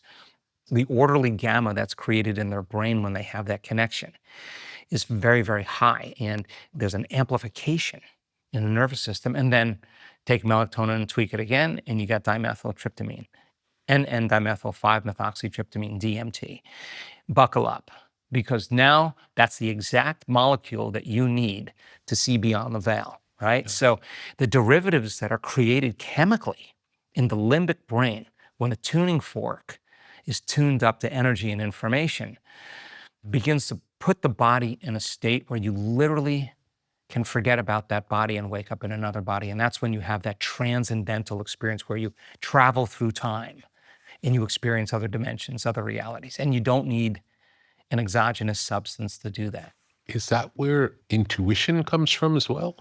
Yeah, I think when this happens, this is a download of content. But, you know, in your waking day, when you're in trance, you're driving in your car and you're suppressing your analytical mind, you get impulses, you get information when your limbic brain is tuned up. That's the kind of the psychic brain. That's where you're getting information. And so people can develop that skill, right? You can practice it and trust the information you're getting. Does the body always want to heal? And is the only reason it doesn't heal the mind? I think the body genuinely wants to be joyful. I think the body wants to be happy. And I'll give you a little side note about this. We were looking at 63 different diseases in one study. And when we looked at the self-reported surveys, just about every single person at the end of the 7-day event, independent of the disease they had, every single one of them said that they noticed a decrease in their body's physical pain. Like they had less pain, independent whether it was cancer or spinal cord injury or whatever. And they had more energy. There was less fatigue and they had more energy. So, of course, the next question is it possible that they're manufacturing their own endogenous morphine? Are they making their own pharmacy of morphine by thought alone? And when we did the study, we found out 100% of the people that we measured were making their own endogenous opioids, and enkephalins, and endorphins, and dynorphins, which really produce a state of euphoria. Opioids produce a kind of euphoria that goes along with kind of this suppression and pain. And that kind of creates a level of joy, like a kind of a level of euphoria where, again, it supports our kind of model of relaxed and awake. You're out of survival. So I think that's the natural state of being when we're not in stress. State of well-being, would you call it? A state of well-being, exactly, wellness. And you're not preoccupied with the future or the past. You're not going to the worst case scenario. 100% of the people are making their own endogenous opioids. They look like they were taking morphine. Yeah. And where are those chemicals coming from? Yeah. They're coming from within us, right? So when the body moves out of dysregulation and it moves back into order and regulation, we can enter the circle in so many ways, right? The person who's opening their heart and they're starting to feel love and gratitude and joy, if they're feeling those feelings, they're making different chemicals. If they were feeling different feelings, they would make different chemicals. And these feelings begin to make chemicals like oxytocin, and our studies show that people make an enormous amount of oxytocin. And the side effect of the body feeling more whole, more loving, more joyful, more present, more relaxed, the side effect of that is the person's healing. And many people say, God, I felt so great I could care less. I really could care less if I had my disease. I was so happy with myself. I was so grateful for life. They were no longer identifying with their disease. There's no longer their identity. And that's when they healed, right? Yeah. So we talk about this a lot with the scientific team because the antithesis of that is desperation. And when you're desperate, right, you're in severe lack. Like you're waiting for it to change, to take away this feeling of lack or separation. And no new information can enter the nervous system that is not equal to the emotional state the person's in. So all of life uses information to organize itself into form. Without information, life can't give birth to anything new. So the person who's open to information then in a state of joy, right? The body is in that state of receivership. But they're at a point where they're no longer desperate. They're feeling like something's changing within them. And they'll say, I no longer focused on my healing. I noticed that the more love that I felt, the more better my body felt. And I'm going to keep doing this to produce that. And no person in my life is going to stop me from doing this. And I'm going to do it all the time because I know somehow it's making me feel better. Now it's no longer like a have to. It's no longer like a technique. It's an act. You understand this is working. I'm going to keep doing this to produce that effect. So our interest is understanding like what emotional state the body is in, and the chemistry that's created when they're in that emotional state is either weakening the body or actually strengthening the body. So the emotional conditioning of the body is one of the hardest things for a person to overcome, because it's like riding an unbridled horse. Yeah. And you got to get on it, and you got to be willing to get tossed. And you can't say, I'm giving up. You got to get back on it. And you're training the animal over and over again, the animal self. And sooner or later, when it realizes it's no longer the mind, or you're executing a will that's greater than the program that caused the person to lose their free will. It's David versus Goliath. In the beginning, you're facing off with something that appears much larger than you. And yet, we now know, like based on what we're doing, that it used to take 4 days for that to happen, but there are enough footprints in consciousness that it's taking place in 2 days. The group breaks through in 2 days, and now there's that emergent consciousness. There's a flux of energy where healings can occur. People can create. The mystical is right there. Miracles will happen. And you are exposed to that. It's unbelievable. Yet, the most important thing that people walk away with from the whole entire thing, and I listen to them all the time, I feel differently. Yeah. I feel like a different person. Yeah. I feel differently. Regardless of what the testing shows, when you're in the room and it's after 2 days and people are changing, can you feel it in the room? Yeah, absolutely. Energetically. Absolutely. 100% of the people in the room just go, I cannot believe what I'm feeling. It is palpable. And I walked backstage with one of my staff at the end of the 10-day event, because that was, a new level for us, right? We went 10 days. And I said to her, can you imagine? Look at all of the light in these people's faces. We now know, because we do facial recognition, we do voice analysis by using your cell phone. At the end of 7 days, your face looks different. At the end of 7 days, your voice has way more harmonicity. Of course, if your nervous system is coherent, your voice is going to be more harmonious. So we see these profound changes that are taking place in people to suggest that they're no longer the same person. They're literally somebody else. Yeah. Tell me about the blue light. Okay, so I'm not a Wells in space guy. I'm pretty much a pragmatist. Yeah. Many times when people have a healing, they tend to report that there's a blue frequency, a blue light. And their eyes are closed. Their eyes are closed. Sometimes it's represented as a beautiful fractal patterns like a kaleidoscope. Fractal is standing wave of information, right? It's resonance, it's waves on waves, right? Or it's an etheric light. The emotion that's associated with that light tends to be an enormous amount of love. And so many people who have their experience with this blue light tend to have a profound healing that takes place almost instantaneously, and because they're feeling that tremendous amount of love. I guess that's a frequency that's carrying certain information. Is stress the main issue that holds us back?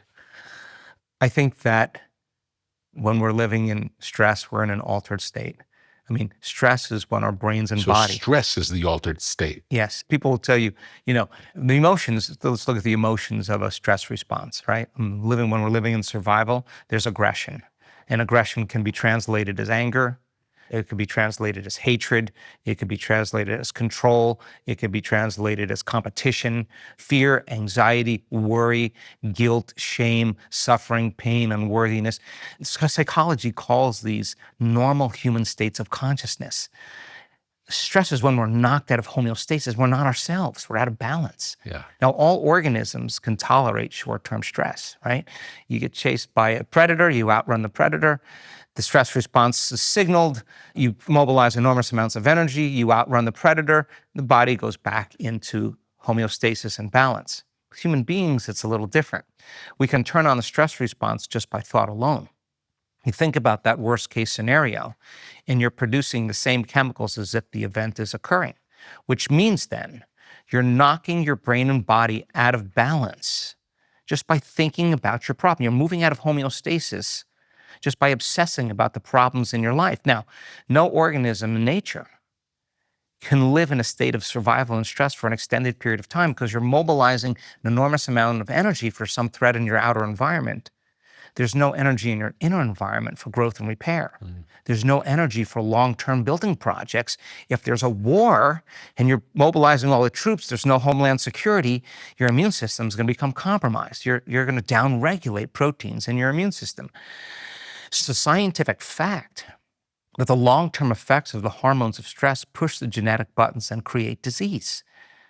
And if you can turn on the stress response just by thought alone, it means your thoughts can make you sick. And if your thoughts can make you sick, is it possible that your thoughts can make you well? And the answer is absolutely. We've proven that over and over again. Now, that's not how we've been programmed to think or what we are told to believe. Yeah. Because we just ask people to give up resentment, impatience, and judgment and feel gratitude, appreciation, love, and kindness. And their immune system strengthened by 50% in 4 days. They're making proteins that are the most powerful flu shots you could ever take, immunoglobulins that are robust, where the army is coming back, right? Yeah. So 75 to 90%, some studies say 60 to 80%. But the majority of people that walk into a doctor's office or a healthcare provider's office in the Western world is walking in because of psychological and emotional stress. Now, let's break it down. You have 3 types of stress: physical, chemical, and emotional. Physical stress: trauma, injury, accident, fall. Chemical stress: pesticides, pollutants, viruses, bacteria, fungus, blood sugar levels, hangovers, whatever. Emotional stress: family tragedies, second mortgages, single parenting, job loss, family member death, whatever.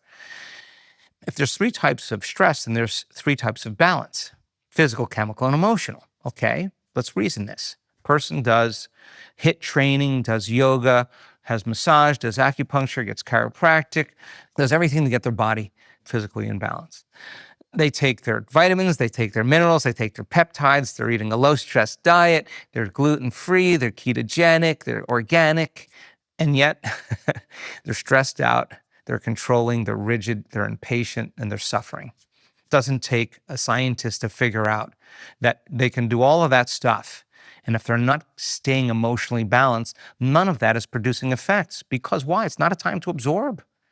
Yes, your body is secreting chemicals to move energy into your tissues, and you're not running, you're not fighting, you're not hiding. Blood flow is going to the hindbrain and away from the forebrain just by being emotionally upset. Yeah. You know, your immune system's dialing down. Digestive juices are shutting off. It's not a time to digest. Your reproductive system shuts down. I mean, your heart is beating against the closed system because you're not running, fighting, and hiding, and it's moving out of order. You give the example in the movie of getting stressed out on a Zoom call, and there's no way to physically react to the information. It's an unnatural state. Exactly. So the point is that if you do those things and you don't take care of the emotional component, right? And it just tends to be that those chemicals are very arousing. They're very arousing, and people become addicted to those chemicals. And if you can turn on that stress response by thought alone, they become addicted to their own thoughts. And if they use their coworker to feel hatred, and they use their ex to feel resentment, then they become addicted to the life, the people in their life that they don't even like. They become addicted to the life they don't like. And that's why it's hard for people to change, because you're going to go through those withdrawals. Yeah. And you just had a bad trip, and there's going to be cravings. Just feel angry today. Come on, get back into the known. And so that's why affirmations, I feel like, and thinking positively produce very little effects if you're feeling negatively. You could say, I'm healthy, I'm wealthy, not I'm wealthy. enough. It's not enough. You got to change that state, right? And so we have this emergent group of physicians now in our community that have healed themselves and have seen profound healings, have studied the data. They're healthcare providers. Now we have a way to offer this to them to be able to bring it into their practices to speak a different language to their patients. And we just did our first event in San Diego. It was super successful, because the truth is you have to tell the person. And if pharmaceuticals to get you chemically balanced, so be it. But it's not going to heal your depression. You're going to heal your depression. It's not going to heal your anxiety. You're going to heal your anxiety, because you got to do the work to get your body back into autonomic regulation, creating brain coherence and creating heart coherence and synchronizing your brain to your heart are 3 great ways to do that. And that will help you to heal, because it'll help you move back into balance. And now you have the patient informed enough to go, I'm in. Because if the moment you feel the emotion from your past, your body's going to believe it's in the past, and you're going to behave as if you're in the past, right? So how many times do we have to forget until we stop forgetting and start remembering? That's the moment of change, right? So now the practitioner is involving the person, because chronic health conditions, which is 95% of health conditions, require a lifestyle change. Nobody's talking about change. They may know what they want to change or why they want to change, but they just don't know how to change. Yeah. So give the patient the tool to be able to understand that they can create autonomic regulation by regulating their emotional state, and to shorten the refractory period of their emotional responses, and to know the difference between when they're there and when they're not, so they can participate in their own change. Beautiful. Is the brain a prediction machine like AI? Yeah, it's an anticipation machine. In fact, that's what our data shows. On our functional MRI studies, there's a part of the brain called the default mode network. It's just a cluster of different networks that produce a level of mind that's always trying to lay down and predict the next moment. Like, what are you going to do after this? And then where are we going to go after that? And then what are we going to do after that? And then when are we going to eat dinner? And then the brain's always lining that up because it could feel safe. You got to feel safe in your environment. And yet that becomes habituated. And the default mode system is our brain's predictor. And then when the reality occurs, if the prediction isn't correct, it just corrects the prediction. That's how the brain kind of works. What we discovered in our fMRI studies is that default mode network shuts off. In other words, if you're not predicting the future, you're in the present moment. And if you're in the present moment, we discovered, if you're not expecting anything to happen, that's the moment the unexpected happens. Yeah. So if the default mode network shuts off and you're in the present moment, you're more prone to be creative. Now, what we discovered is that network in advanced meditators, after their meditation, after the week long, after one meditation, that brain's predictor stays shut off. Now, the degree of that change in the default mode network in the brain is so severe in our advanced meditators that it looks like the brain is on psilocybin. It looks like they're having a profound transcendental experience. And there's a correlation between brain coherence from our fMRIs and a mystical and transcendental moment. The brain's got to be able to tune into information, right? It's like a tuning fork. It's got to be resonant. It's got to be orderly. And those compartments of the brain that we talked about earlier that are subdivided, the brain is switching its attention, the networks are activated and they're all compartmentalized, they're modulated. That there's a greater amount of connectivity that takes place in the brain that kind of facilitates a greater understanding or processing of information. The microclusters that have been separated form macroclusters. And when they form macroclusters and they're exchanging a greater level of information, which means the brain is processing a greater level of consciousness. So then between 4 and 7% of our brain we're typically using at one time. You're feeling your back against the chair, you're listening to what I'm saying, you're looking at me, the visual cortex, you're paying attention, frontal lobe association center, small lights are going off. When the brain is highly resonant like this, we're looking at 25, 26% of the brain online. Wow. And the person is connected, right? It's Yeah. a huge connection. So the brain's predictor in that moment is completely shut off. Now you're in an objective state for you to no longer try to predict the future based on the past. And there's an area in the brain that actually enlarges, like not just grows new connections, but grows new neurons, the volume of that part of the brain that helps the body orient itself in space. In other words, it's bigger because you're telling the body it's no longer the mind. You're telling the body you're going to sit, and that muscle's got to be really strong. So the more you use it, the greater mind you have there. So that area of the brain is substantially larger because the person is using that brain to get beyond their body, right? And so when we look at the plasma of these people, they have proteins and information in the plasma of their blood that's creating neurogenesis, like a flourishing of neurons. They're not taking any neural growth factor, and yet there's flourishing that's taking place in the brain because of this kind of state of growth, the state of nurturing, the state of repair that's taking place. Tell me about the pair study. Yes, so if you look at some of the research from UC Berkeley years ago, one of the studies that they did is they took a young mouse and an old mouse, a rodent, and they combined their circulatory systems. They put them together. And what happened in time was the information that was in the plasma and the blood of the young mouse caused the old mouse to get younger. And there were some little changes that took place in the young mouse getting a little older, but for the most part, the old mouse got a lot younger. It changed in a lot of morphogenic ways.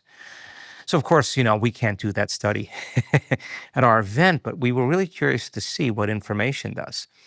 So we took a young person in their 20s or late teens, because we have a huge youth community. We have about 100 kids under the age of 25 that come to our events, which is super cool.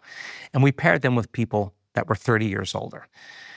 And the idea was that they were to eat together, sit next to each other, exchange and teach back the information together, meditate together, brief at the end of the day together, and in the morning at 5 a.m. they would have to do these cognitive tests to determine cognition. And of course, as you would imagine, the old person said, "There's no way I'm going to hang with this young kid. I want another young person." And the young kid said, "There's no way I'm going to make it with this person." And for the most part, they became best friends at the end of 7 days.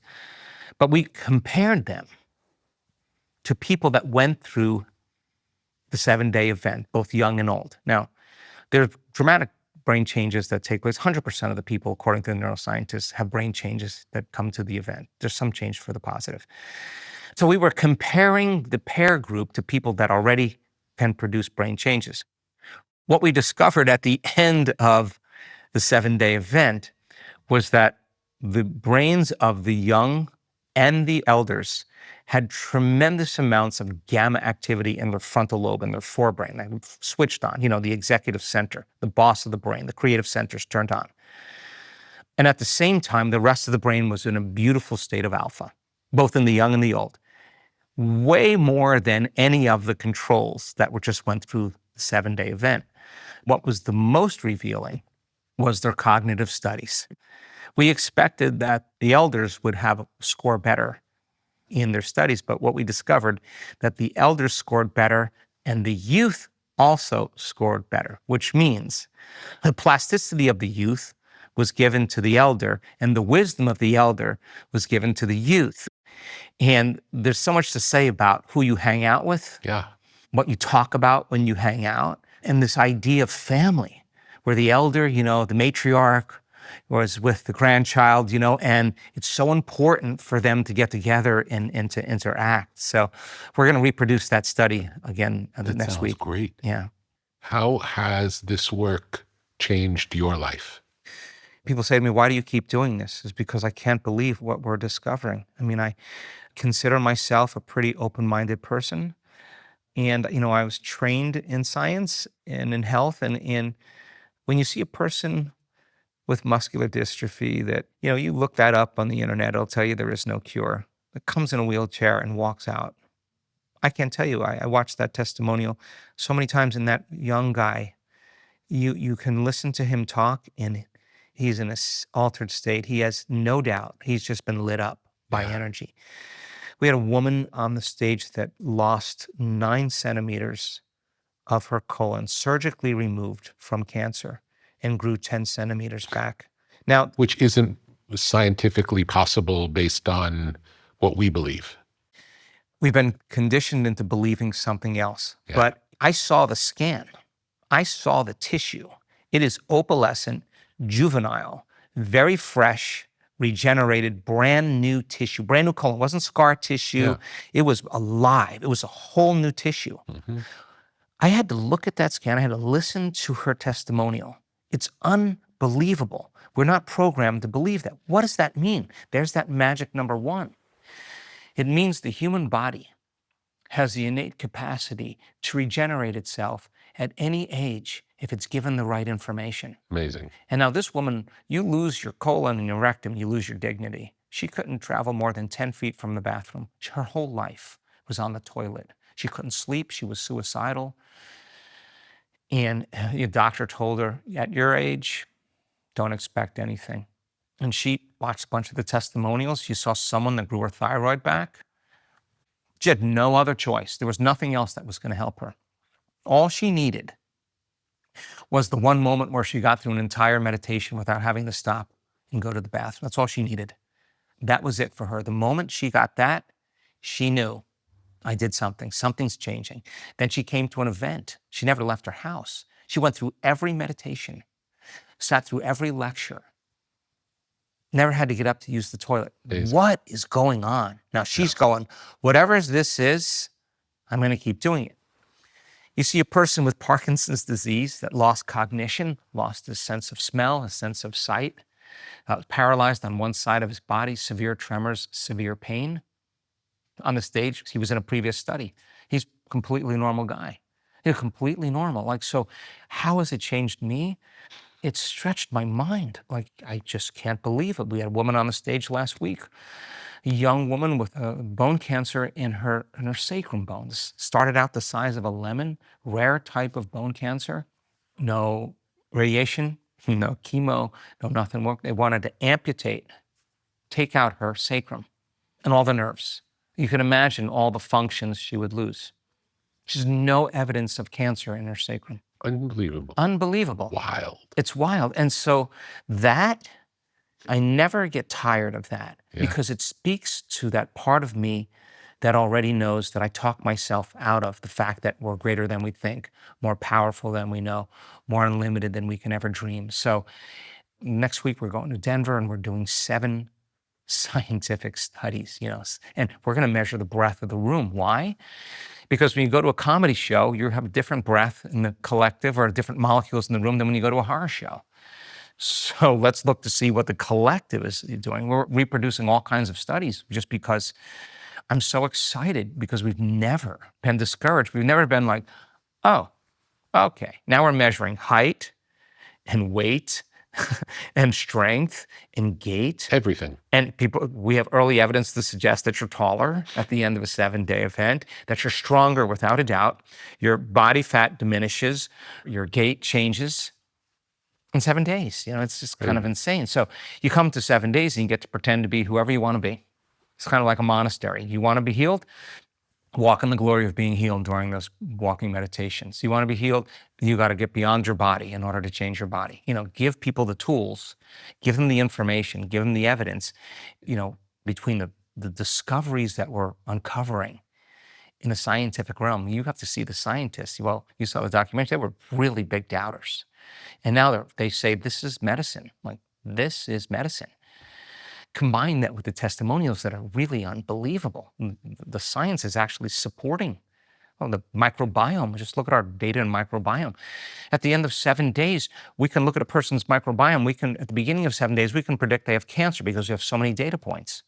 At the end of 7 days, the algorithm can't predict they have cancer anymore. They look like a healthy person. And they're not changing their diet. They're not ingesting anything. They're not changing anything. In 7 days, we change your microbiome. We got to take probiotics, stop drinking alcohol, no sugar, all that stuff. Matter to matter, it takes time and energy. They're a different person, right? The same microbiome, they'd be the same person. So piecing this all together and then taking the information that we get from all the different branches of our studies and understanding, interpreting that information helps to teach transformation better. Measure that transformation again with rigor. Understand that information, and then you can teach transformation better, and you can begin to shorten the gap. Refine it. So the language gets more refined, that the process gets more refined, that the collective does it quicker, that there's more outcomes. Combine that with a staged testimonial or two, and you got a group of people that begin to believe in possibility again. And then when you believe in possibility, as I said, you believe in yourself.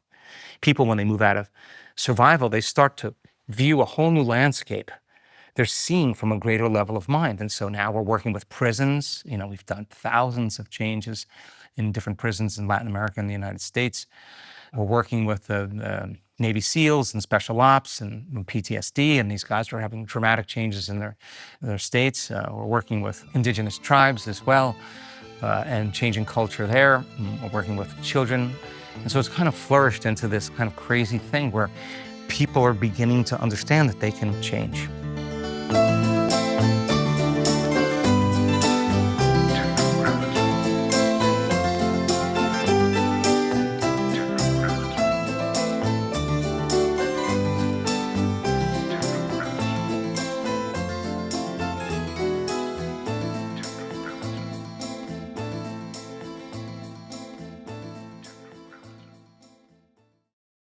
Tetragrammaton is a podcast. Tetragrammaton is a website. Tetragrammaton is a whole world of knowledge.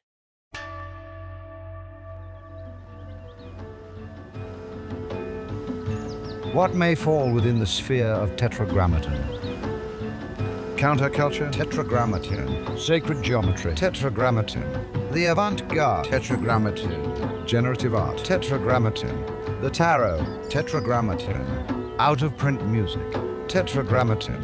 Biodynamics? Tetragrammaton. Graphic design? Tetragrammaton. Mythology and magic? Tetragrammaton. Obscure film? Tetragrammaton. Beach culture? Tetragrammaton. Esoteric lectures? Tetragrammaton. Off-the-grid living? Tetragrammaton. Alt spirituality? Tetragrammaton. The canon of fine objects? Tetragrammaton. Muscle cars? Tetragrammaton. Ancient wisdom for a new age. Upon entering, experience the artwork of the day. Take a breath and see where you are drawn.